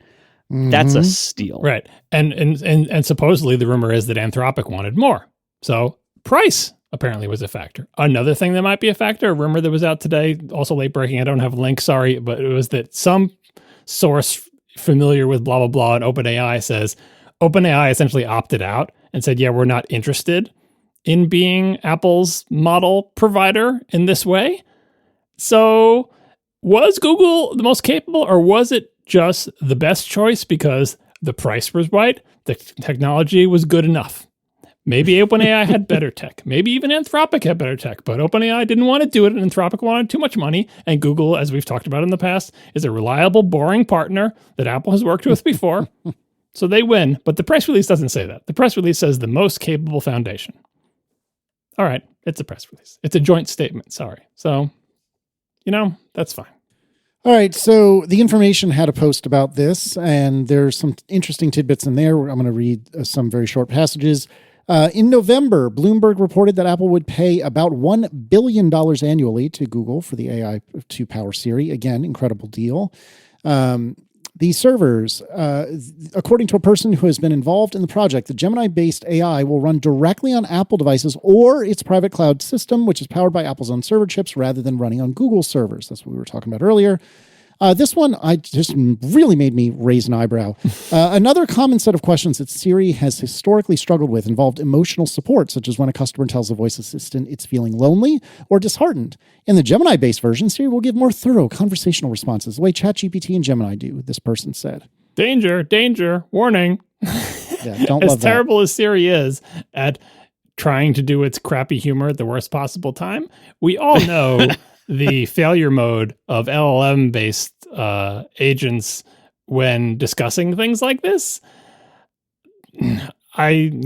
There's lots of stories about how Apple will be able to tweak this and guardrails this and safety that or whatever, but this is the tricky bit. We always talked about like how is Apple back when we had some faith that Apple would actually integrate LLMs into Siri, we're like, well, how are they going to do it in an Apple way that doesn't cause harm? And it turns out they're just not going to do it at all for years, so we didn't have to worry about it. But everyone else who's done it, you hear all the stories about like, oh, I was just talking to my phone and all of a sudden it's telling me to pound nails into my forehead or whatever. So we'll see how this goes. But it's true that Siri is bad at that. It's true that an LLM-based, a Gemini-based one could be better at it, but it also can be much, much worse. Yeah. One set of answers Apple hopes to improve with Gemini is the ones related to so-called world knowledge or factual questions, such as describing the population of a country or scientific information. The new system will give a conversational answer and cite where the answers came from, similar to the way Google's Gemini chatbot or OpenAI's ChatGPT answers certain questions. Devil's in the details in this one. So, like, one of the things that I had liked about the pre-LLM days of voice assistants is if you asked any of them something like the population of a country or the age of an actor or something, you knew that the only way they could give you that answer is they probably had some kind of database that they're looking the stuff up in, because they weren't smart enough to essentially just look at a body of free text and derive the answer. And in the case of Siri, they often didn't have a database and would be like, I don't know, here's what I found on the web, right? That's the joke with the Siri thing. But things like, the Amazon Assistant and stuff, they would have little databases of things that people ask a lot. And they would they would find out what people are asking about a lot. And they would say, we just need a list of all that stuff. We need a calendar tool that can tell people what day Easter's on. And what day one of those holidays that doesn't always fall on a Sunday is on.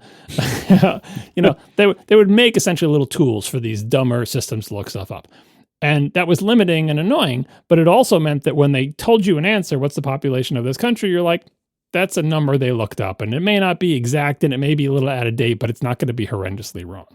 With LLMs, as we know, you ask them a facts-based question and they'll give you an answer that looks plausible. You have no freaking idea where it came from. So you're like, I mean, that could be right, but like the whole reason I asked you is I have no idea. If you have some idea, if say, what's the population of Belgium and they say 17 billion, you're like, that's probably wrong, right? But if they say something plausible, you're like, well, is that the population of Belgium? So now we get, okay, cite your sources. It's an LLM-powered thing. It's going to get the answer, and it's going to say, here's where I got it from. I got it from Wikipedia. I got it from this website. I got it according to this New York Times article by this person or whatever. You can do that well by giving these sort of thinking models the tools to essentially do what the old dumb models did, which is, hey, look this up in a database. But you can also do it poorly, which is, just look at this document on the web and extract the information from it. And LLMs are notoriously bad at that task of like, summarize this thing, extract the relevant piece of information from this larger text. People think they're really good at it because their summaries look plausible, that every time they've tested this, they're like, summarize the scientific paper. And it's like, no, your summary is the wrong conclusion. Like it's the opposite of what this paper says. Or tell me the top population of this country based on this Wikipedia page. The number's right there, we can see it, but they pull out a different number because they get confused, and it's a plausible number, and it's near where it's supposed to be. And you can see how it would have got confused because maybe it's talking about population migrations and deltas or whatever, but it gives you a number and it's like, and I got it from this Wikipedia page. When you're talking to an agent and it says the population of Belgium is 7 million, should you trust it? How many times do you have to verify that information by looking? It says, I got this from Wikipedia. How many times do you have to load Wikipedia yourself from the Belgium Wikipedia page, look at it before you trust it? Without knowing how it's getting that number, it's a little bit tricky. Now, maybe it doesn't matter for things like trivia and age of actors, and you should just build an LLM at the call sheet, Casey, or build it an app intent or whatever. Like maybe it doesn't matter too much for that stuff, but like we are in this uncomfortable time where systems like this, how many cups in a quart or whatever. We do a lot of unit conversion over here in our country because things aren't nice and even, so we have no idea how many teaspoons are in a pint or whatever. And I asked my Google Voice Assistant that, and I was more confident before it was LLM powered that it was giving me the right answer because I knew it had to be a dumb calculator. And now I worry that it is just like, same way when you ask these like voice assistants to do any kind of math or sum things up, or even if you just say, here's a tab delimited text document with numbers in them, please sum them up, and it doesn't get the correct sum, it really shakes your faith in computers. You're like, this is the one thing computers are supposed to be good at. I really want to be certain. And so I'm glad that they're trying to go in that direction, but I'm still cautious about, because they don't tell you the implementation. I'm still cautious about it and the reason I am is I use these assistants all the time, and they increasingly do the little citation link, like the little gray link icon. I think ChatGPT and Gemini both do this. And I follow that icon and I look at that web page, and so many times I say, that sentence is not from this web page. Like, you made that up. Nothing in this web page says anything like that. And that really shakes your faith in their citation. So we'll see how this goes. Indeed. All right. And then finally, old versus new Siri. While certain common Siri tasks, such as setting a timer, reminder, or sending a specific text message to a phone contact, will continue to be powered by technology stored on Apple devices, the new version of Siri would also be able to handle instances in which the customer's question isn't clearly understood. And I think they gave an example in the article, if I'm not mistaken, of like, send my mom a text telling her I'll be home in 10 minutes. But you don't have any clearly defined mom in your like contact card or whatever the case may be. It will try to figure out via context clues who mom is and take a stab at sending her the right message. And I hope it gets it right, or you're going to send some awkward messages. So like the good version of this is making me think this is exactly what we were asking for. Put an LLM in front of Siri, make Siri figure out what you want, and then make the LLM formulate the Siri approved stupid syntax that it can understand to do the task. The bad version of this from the same paragraph is actually what will happen is the bad old Siri will get a first crack at all your commands and be stupid and dumb. But in the case where the bad old Siri 100% throws up its hands and says it has no idea, we will throw the bad old Siri aside and pass it off to the LM and cross our fingers. That's not the system I want. But, this is, again, we'll have to try the product. The ingredients for an improved meal are there. I think these ingredients can make something better than the current Siri. But if you put them in the wrong order and the wrong proportions or ask them to do the wrong things, it might actually be worse. Because I don't want essentially anything to go to directly from me to the old Siri. I always want an LLM between me and like the tools that it's using on the background, because I have faith that the LLM will parse what I'm saying and capture my intent. And then I want a bunch of tools that I can rely on that are used to do the stuff. So a tool that reliably can find the mom contact. I don't need the LLM to do that. Mine is labeled, right? And a tool that can send the message, or a tool that can do unit conversion lookups, or a tool that can a calculator tool that can sum numbers. Like that's what I want to happen, but they're not going to tell me how it's implemented. So the only thing I'll have to go by is I will pick up my phone and talk to it and see the results. All right. Finally, for tonight, Chase has been officially announced as the new issuer for Apple Card, or at least will be in 2 years or something. Anyway, reading from Apple Newsroom today, which was January 7th, Apple and Chase announced that Chase will become the new issuer of Apple Card with an expected transition in approximately 24 months. During this transition, Apple Card users can continue to use their card as they normally do. More information, including FAQs, is available at a link we'll put in the show notes. Additional details will be shared with users as the transaction date approaches. MasterCard will remain the payment network for Apple Card. Eric Silva from Mac Rumors writes, reports began circulating over 2 years ago that Goldman Sachs was looking to end its partnership with Apple as a part of an effort to scale back on consumer banking products amid steep losses. According to the Wall Street Journal, Goldman Sachs is unloading its roughly $20 billion of outstanding Apple Card balances at a discount of more than $1 billion. A rare move for co-branded account deals like this, but higher than average delinquency rates and high exposure to subprime borrowers made it difficult for Goldman Sachs to find a buyer. Yeah, so this has been, I pulled up stuff from the show notes from like years ago that we had down there of like, oh, Apple Card, like the very first story we had was like, Apple Card, it's moving from Goldman Sachs. It's totally moving. It's definitely moving. And then like months later, yep, Apple Card is moving. It was just eventually like, Apple Card is probably moving, right? It was just years and years of this. I deleted all of that. It's like, guess what? It's moved. Chase has got it. And we'll put a link in the show notes to the Wall Street Journal story that gives more of this saga. But Apple Card is essentially like, it's not a hot potato. It's a rotten apple. Nobody wants it. It's a money loser. Goldman Sachs is losing money on a credit card, which is not what you want to happen when you're running a credit card. You want it to make money. Hey, great, become a partner with that. They've been trying to get rid of it forever. And Apple has all the demands about who's going to have it or whatever, but like nobody wants it. Like this, because anybody who might be interested, Apple comes and says, but you got to do this, you got to do that, you got to do that. And they're like, oh, no, I'm not interested. So that's why it's taken so long for somebody to take this. Goldman Sachs is so desperate to get rid of it, they're just going to take a loss of $1 billion to say, here, you take it. It's not our problem anymore. And it's still going to take 2 years to do it. The Wall Street Journal story has more of this saga, but like the few things we've heard about on the outside is that one of the things that immediately tripped up Goldman is that Apple decided that everybody's bill should be due on the first of the month, which is a totally Apple style thing to do. Like, oh, it's consistent. You never wonder when your bill date is. It's the first of the month. And then any credit card issuer could have told them, don't do that because that means all your customer support will be concentrated around the first of the month instead of being spread evenly over the entire month. And sure enough, it destroyed Goldman's ability to do customer support, and it's been an ongoing problem. The other thing is apparently Apple, or whoever decides what card, whether or not you get an Apple card, has been too permissive. So tons of people have it who have like really bad credit and don't pay their bills. So that's another reason it's a money loser. So I mean, I have an Apple card. I basically only use it to buy Apple things to try to get cash back or whatever. But unlike Apple Pay, this has been out for a while and has not been a ringing success. And Apple is lucky they found somebody who's willing to take it off Goldman's hands. Yep, very much so. So from the Wall Street Journal article, still Murray Abrams, one of Capital One's most senior executives, met with Goldman around early June. Now, this is relevant for a couple of reasons. First of all, Capital One didn't win the bid. And secondly, Capital One is effectively based here in Richmond. Privately, Capital One executives viewed Apple's outreach as an attempt by the tech giant to try to squeeze more favorable terms out of JP Morgan. Classic tactic, but I think it's quite funny. More than a year ago, Johnson told employees that those who stay until the last day of the Apple program will be eligible for a lump sum payment equal to their 2023 compensation. This is for the Goldman Sachs employees.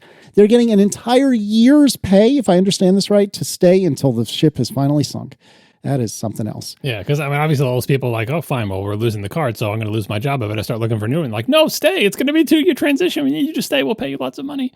Like Apple was talking to everybody and trying to make it seem like everybody's in the game and, play everybody off against each other while also still being super demanding.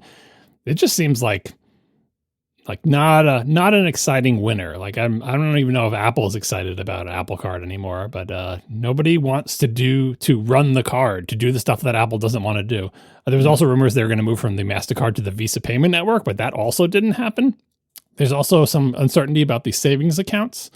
Apple has like a savings account for, I forget what it's like. It was originally like high interest savings account that you can put your Apple, cash that you get back on things. You can put it into our high interest savings account. And over the course of the year or so that high interest savings account was out, the interest rate of the high interest has just gone down and down. They just kept announcing, it's gone down another 0.5%. Now, I mean, it's not just Apple doing that. Like it's the whole financial world, but like it just aside from having a really cool physical card that no one should ever use, and aside from giving you, I think 6% back on Apple purchases, is 6 anyway, and having a cool icon in the wallet app, it just doesn't seem like a very successful or exciting product. But it is still a product in their lineup, and soon it will be a product in Chase's lineup. As an aside, if you'll permit me to fuss and whine for a moment, I was trying to put together a link to the Wall Street Journal article from Apple News, because if you're an Apple One subscriber, you get some of the Wall Street Journal for free, I think. I think all of it. Maybe all of it. I don't know, one way or another. But I went and I tried to copy a bit of the text to put here in the show notes for us to talk about. And I did this on my Mac in the Apple News app, right? It freaking hijacked clipboard hijacked, whatever the term is, where I copied a little bit from the text, but what ended up on my clipboard was the text.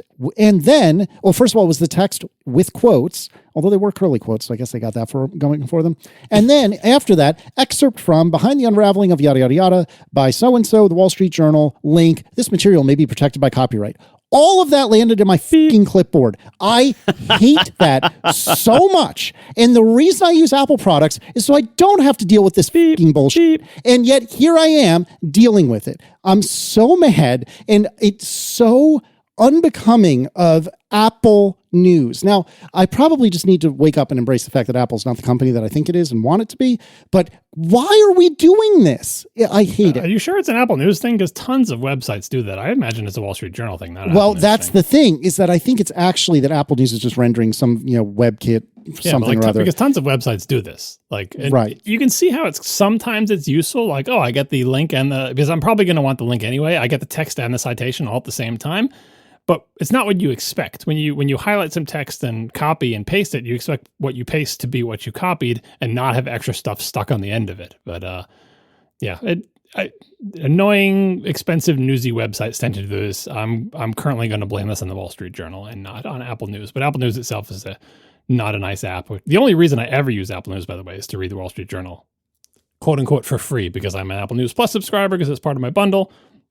So I go to the Wall Street Journal article on my Apple web browser, Safari on the phone or whatever, and then I share to Apple News. If you don't have Apple News in your list of like frequently used sharing contacts, do it. Because if you share to Apple News when you're on a Wall Street Journal article on their website, it will take you to your ability to see it inside the Apple News app. And the Apple News app is worse than your web browser. And this may be one of the ways that it's worse, but I bet the website does the same thing.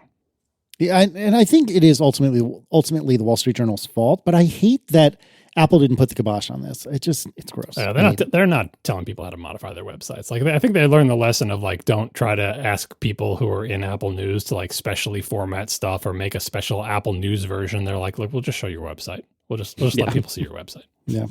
All right, thank you to our sponsors this episode, 1Password, Guru, and Gusto. And thanks to our members who support us directly. You can join us at ATP.fm/join. One of the many perks of ATP membership is ATP Overtime, our weekly bonus topic. Members get a weekly topic every week that is just for them, plus all the other stuff, the ad-free feed, the bootleg, the membership discounts on merchandise, the exclusive content like member specials, but also every single week, extra topic called Overtime. This week on Overtime, we're going to be talking about the continuing disaster over at X and Grok and all that stuff. So stay tuned for that fun bit. If you're a member, if you want to hear it, join atp.fm/join. Thanks, everybody, and we'll talk to you next week. Now the show is over. They didn't even mean to begin, 'cause it was accidental. Oh, it was accidental. John didn't do any research. Marco and Casey wouldn't let him, 'cause it was accidental. Oh, it was accidental. And you can find the show notes at atp.fm. And if you're into Mastodon, you can follow them at CASEYLISS. So that's Casey Liss, MARCOARMENT, Marco Arment, SIRAC, USA Syracuse. It's accidental. They didn't mean to. Accidental. Tech podcast so long. The NBA immersive experience. So this was announced a while ago, and then Apple had their first instance of it, I think this past weekend.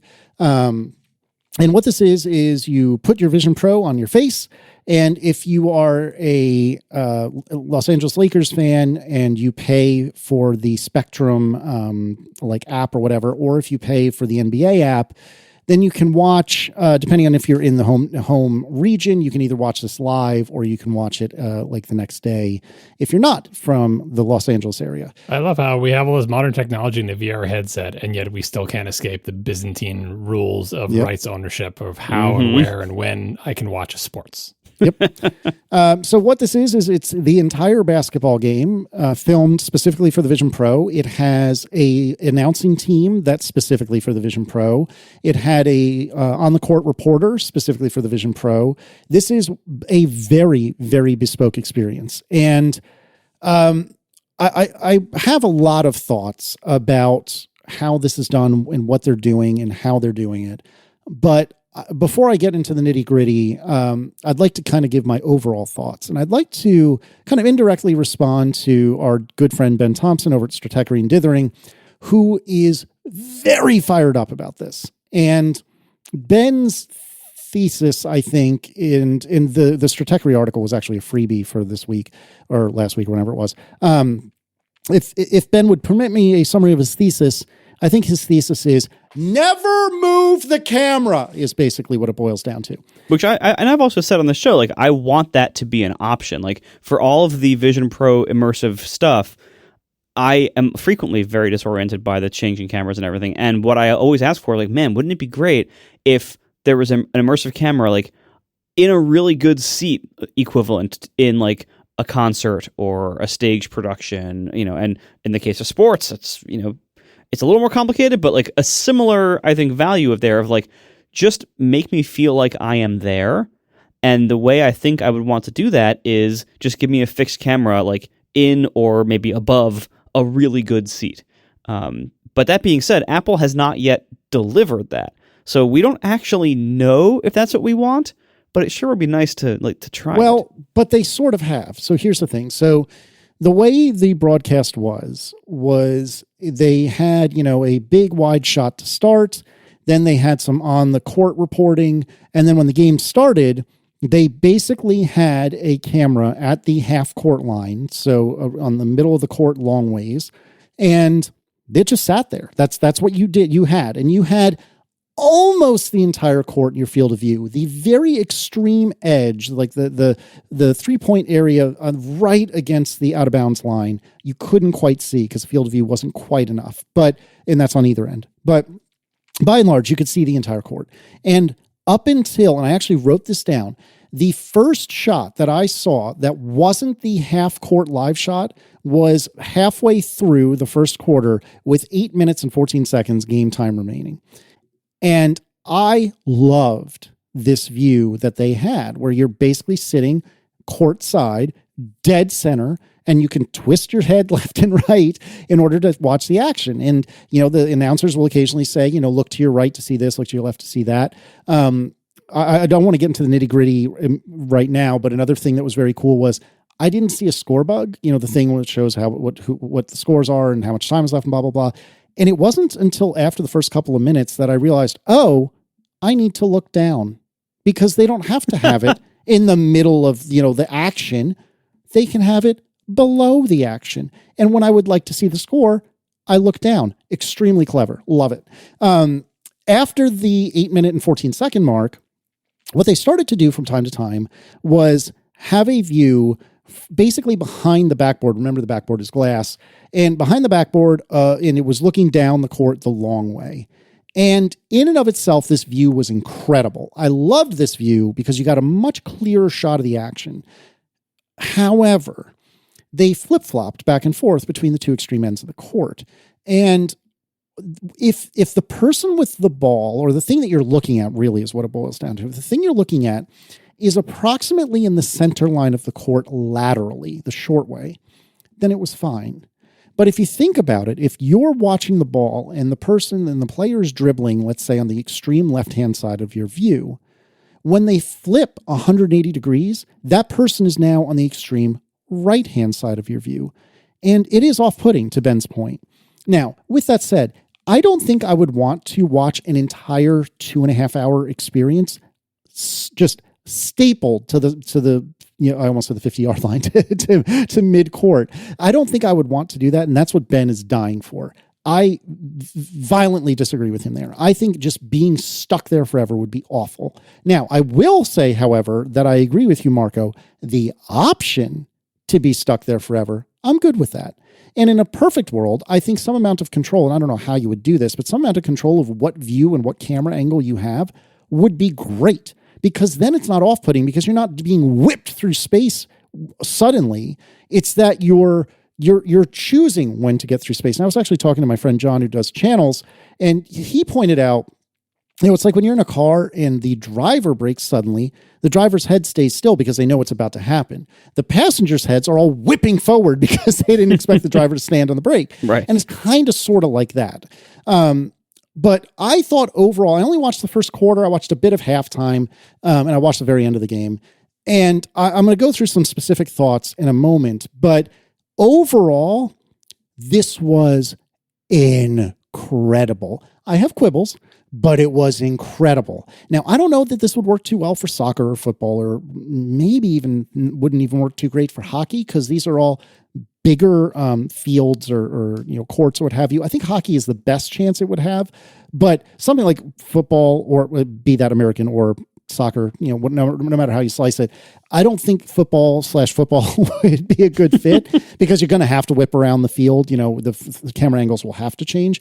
But golly, I'm not a particular basketball fan anymore. I used to be years and years ago, but I only want to watch games this way. And goodness knows if my preferred team gave me the ability to do this, especially if I'm out of market, and do this every time, take all of my money, take every bit of money I have. I can't get a hotspot, Marco, because I'm giving all my money to this phantom Apple Vision Pro thing that will let me watch my favorite NBA team, courtside. Give me all the money. How much is a courtside seat? The Lakers, 50 grand, 100 grand. I mean, suddenly the Vision Pro seems positively cheap. Before I go through my line by line things, John, you also tried this. Tell me what you thought.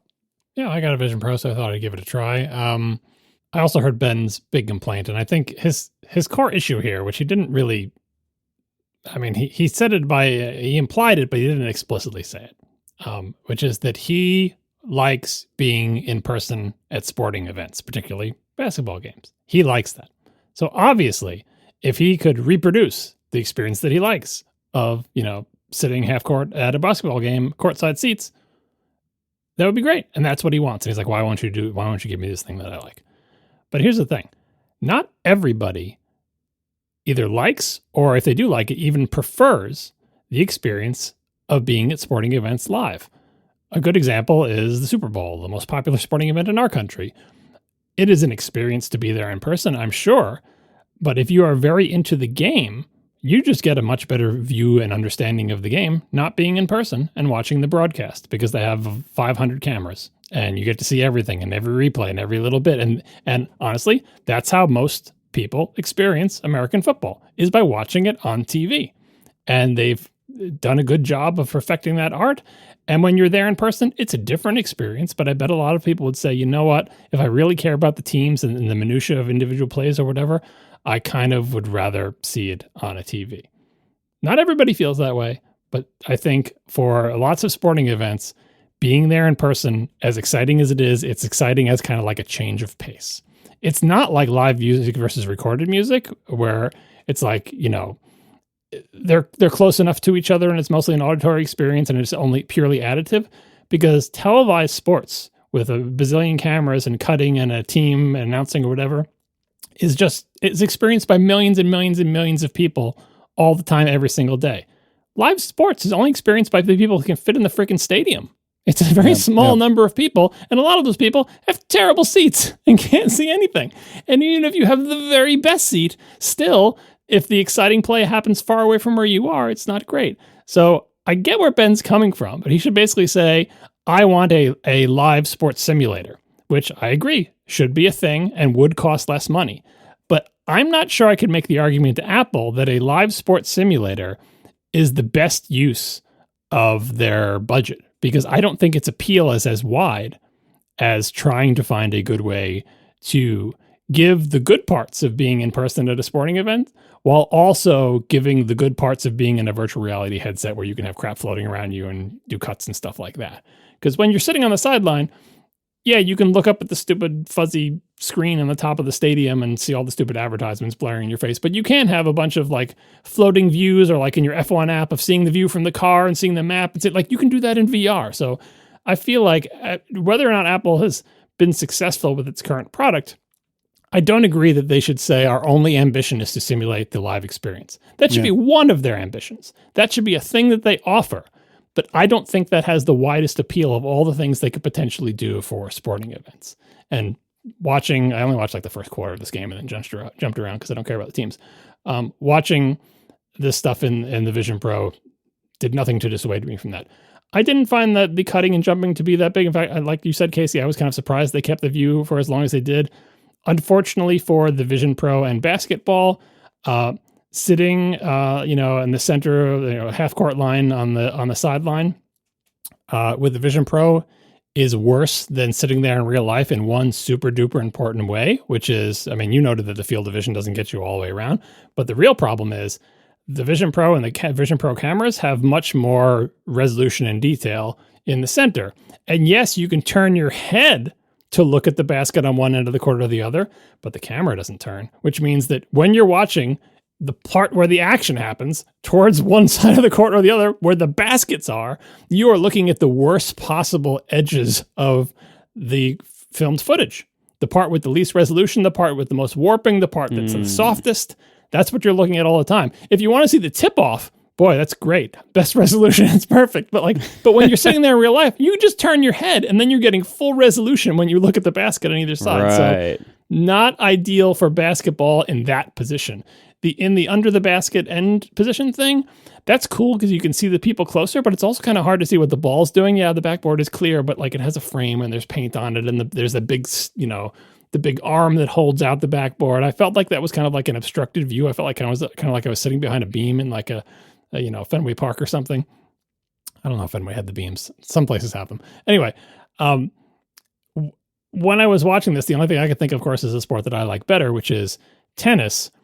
If you watch a televised tennis match, because the court is small and there's only 2 people, most tennis matches, like there's the master shot of a tennis match, which is essentially like above and behind one of the players. So you see the entire court and you see both players.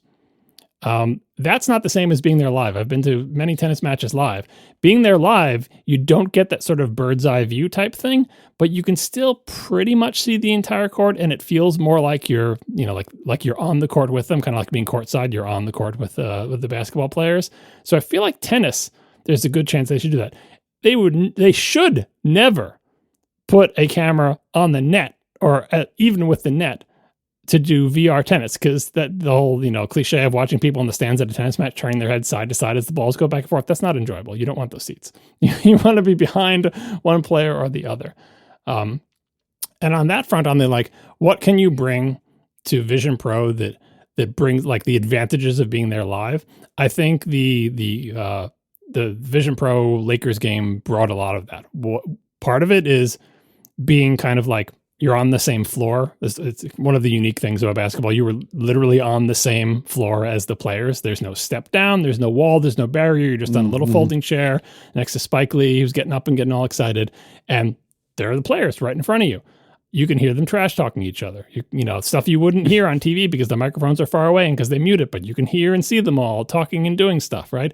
To your point, Casey, about looking on the mid-court thing, is it half-court? I don't think it's mid-court. Anyway, on the half-court line, looking to the left and the right, the coach of Doc Rivers, was getting in the way and blocking your view. Yep, that's what it would be like if you were in that seat. What are you going to do? Tell the coach to sit down? That's part of the experience of being there in person. Is like he's out there. He's going on. I feel like there should be like penalties of isn't there like penalties in football of like the people you can't have like too many players in the field if they like go over the line or whatever. He was literally on the basketball court. I guess they don't care. It's just like they don't call traveling anymore, but like he's blocking your view. He's getting on the field, and that's just part of being there. And it's annoying because now he's obscuring your view because he's a big guy, right? But it is like being there. It is an experience you would never get on TV. So I did appreciate that part of it, but I came away thinking that, again, if I really cared about this game, I probably would have preferred to see it on a 2D broadcast, but it was definitely an interesting experience to feel like the people were right there in front of me and to get a little bit of that. And again, going back to tennis, one of the best things about seeing tennis live is the sort of visceral and auditory experience that you don't get on TV, because I don't know if you've ever seen well, I'm sure you have now, unfortunately, like filmed gunshots, like because they're so loud, they essentially clip on the microphones that are recording them, and they sound kind of like these muffled little things. Whereas when you're there in real life, very close to them, they don't clip quite as much.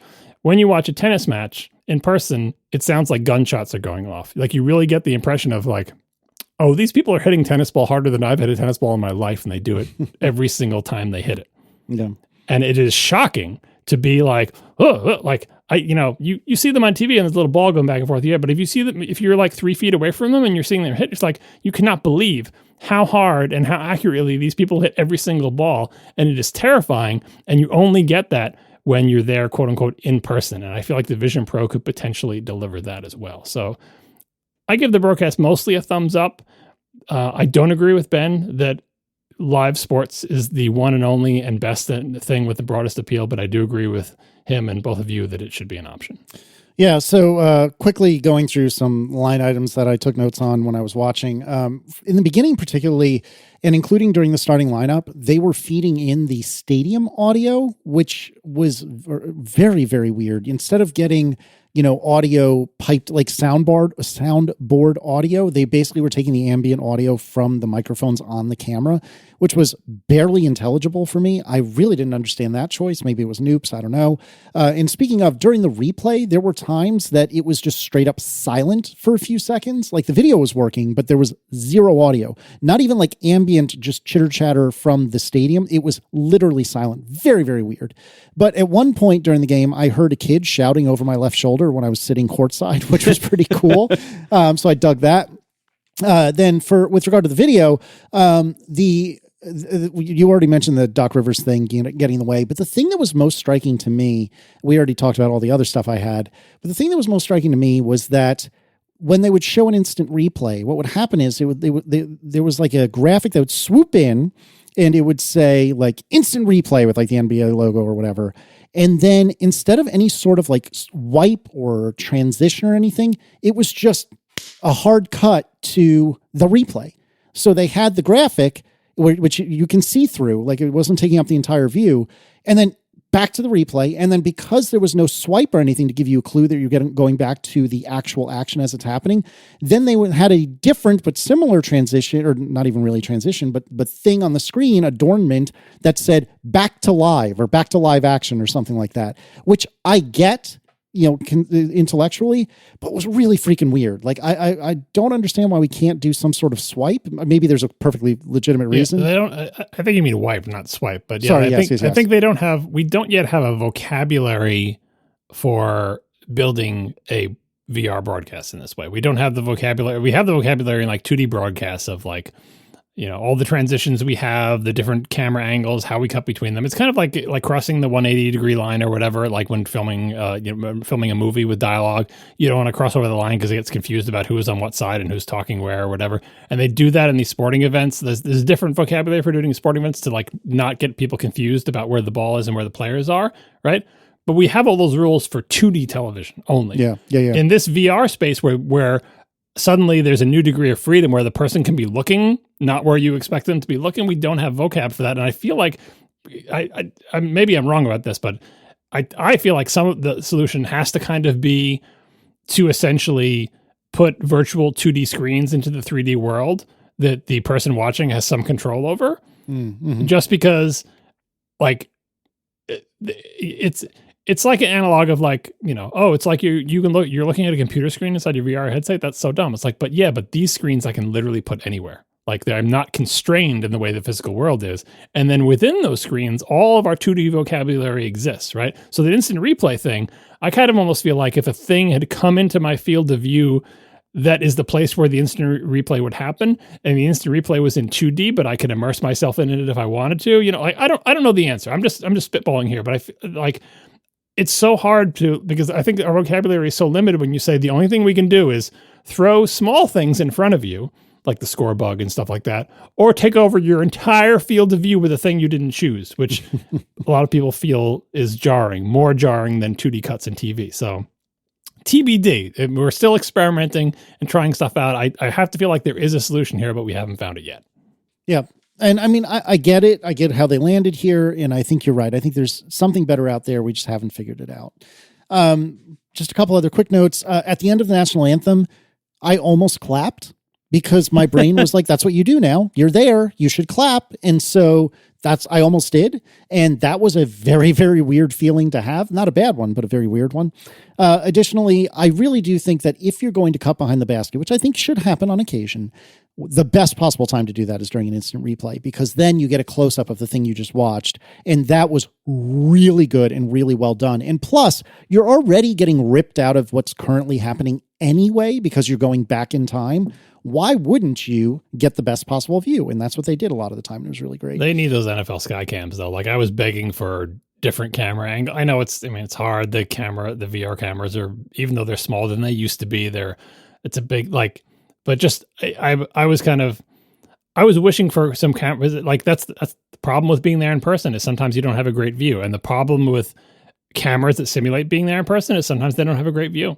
The cameras for the 2D broadcast get every angle and have amazing zooms on them, which is another thing that you can't do as easily with these VR cameras, which is like, well, those cameras are all around the stadium, and some of them have amazing telephoto lenses, so you get the instant replay from 7 different angles. You can see, was this person fouled? Were both these feet inbound before he caught the ball? Like that stuff you can see because they have so many cameras from so many different angles, and the VR one is like, you have like 3 choices, and that's it. Yep. Well, and they had, basically you had behind the baskets and then the half court. But occasionally they would put, I guess, one of these immersive doodads on a tripod and bring it on the court. As an example, the Laker girls did the halftime show. And of course, we had to get a close-up view of that. And, but anyways, I think in the end, this was an incredible experience. I would love to experience any sporting or concert event in a similar fashion. Again, I get Ben's point about keeping me stationary and never moving me or only moving me under my own control. I genuinely just do not agree. And the whole thing for me is, look, and John, you were saying this earlier, this could be a courtside seat, but it doesn't have to be. It can be so much more than that. So make it more. If nothing else, do the instant replays from behind the basket. Figure out other ways to get us other views or do other things. I feel like I get where Ben's coming from, but I couldn't disagree more. Yeah, and also the announcers, like whether you like these announcers or not, again, most people's experience of sports is with someone essentially guiding them through the event. It helps people who aren't familiar with the sport get up to speed on it. It helps the announcers tell you things you don't know, also in baseball or whatever the statistics. This player usually does this well against this pitcher. This thing has never happened in 20 years of this franchise. The last time a Super Bowl team was down by this amount at this time was blah, blah. Like, the announcers give that info. You don't get that when you're there live unless you have a very knowledgeable person sitting next to you. They're different experiences. And most people watch sports not the live way. They watch it the way with knowledgeable announcers and a team cutting through different angles and instant replay and all that stuff. And I think that is the mass market product that they're trying to imitate here. Despite how much the non-mass market product of, $10,000 courtside Laker tickets are exciting and exclusive and cool, there's also another thing that I think they shouldn't simulate, which is those really expensive boxes that don't have a view of the game, but you just eat the food and hang out with the rich people. Right. Yeah. Like, they could do that in Apple Vision Pro too, and it would suck. If you're interested in the game, you don't want to be in one of those rooms. They have a bad view. So, this is not an either or. They should offer the option for Ben to make him happy. I agree. But I don't think that's going to solve their problem. I think their problem is all the stuff that you were talking about, Casey, but just like, this has lots of really cool aspects to it, but it's still not even as good as the 2D one in terms of competence and confidence in how it works. So it's like amazing parts of this experience, and then a bunch of crappier ones that are worse than watching it in 2D. Yeah. But for me, 2 thumbs very high up. It's not perfect, but it is really good and really cool. And I cannot stress enough, if the Lakers were my team and if I cared about the NBA, and neither of those things is true, I would absolutely be buying a Vision Pro yesterday because it is that freaking cool and that freaking great. It's some really sloppy great. basketball in that game too. I didn't watch the whole match, but yes, there was some not great plays there. I don't know. Yeah. I mean, I haven't watched the NBA since the Bulls were really good. So that's 30 years ago now, something like that. But it's been a long time. But no, it was some rough basketball for sure.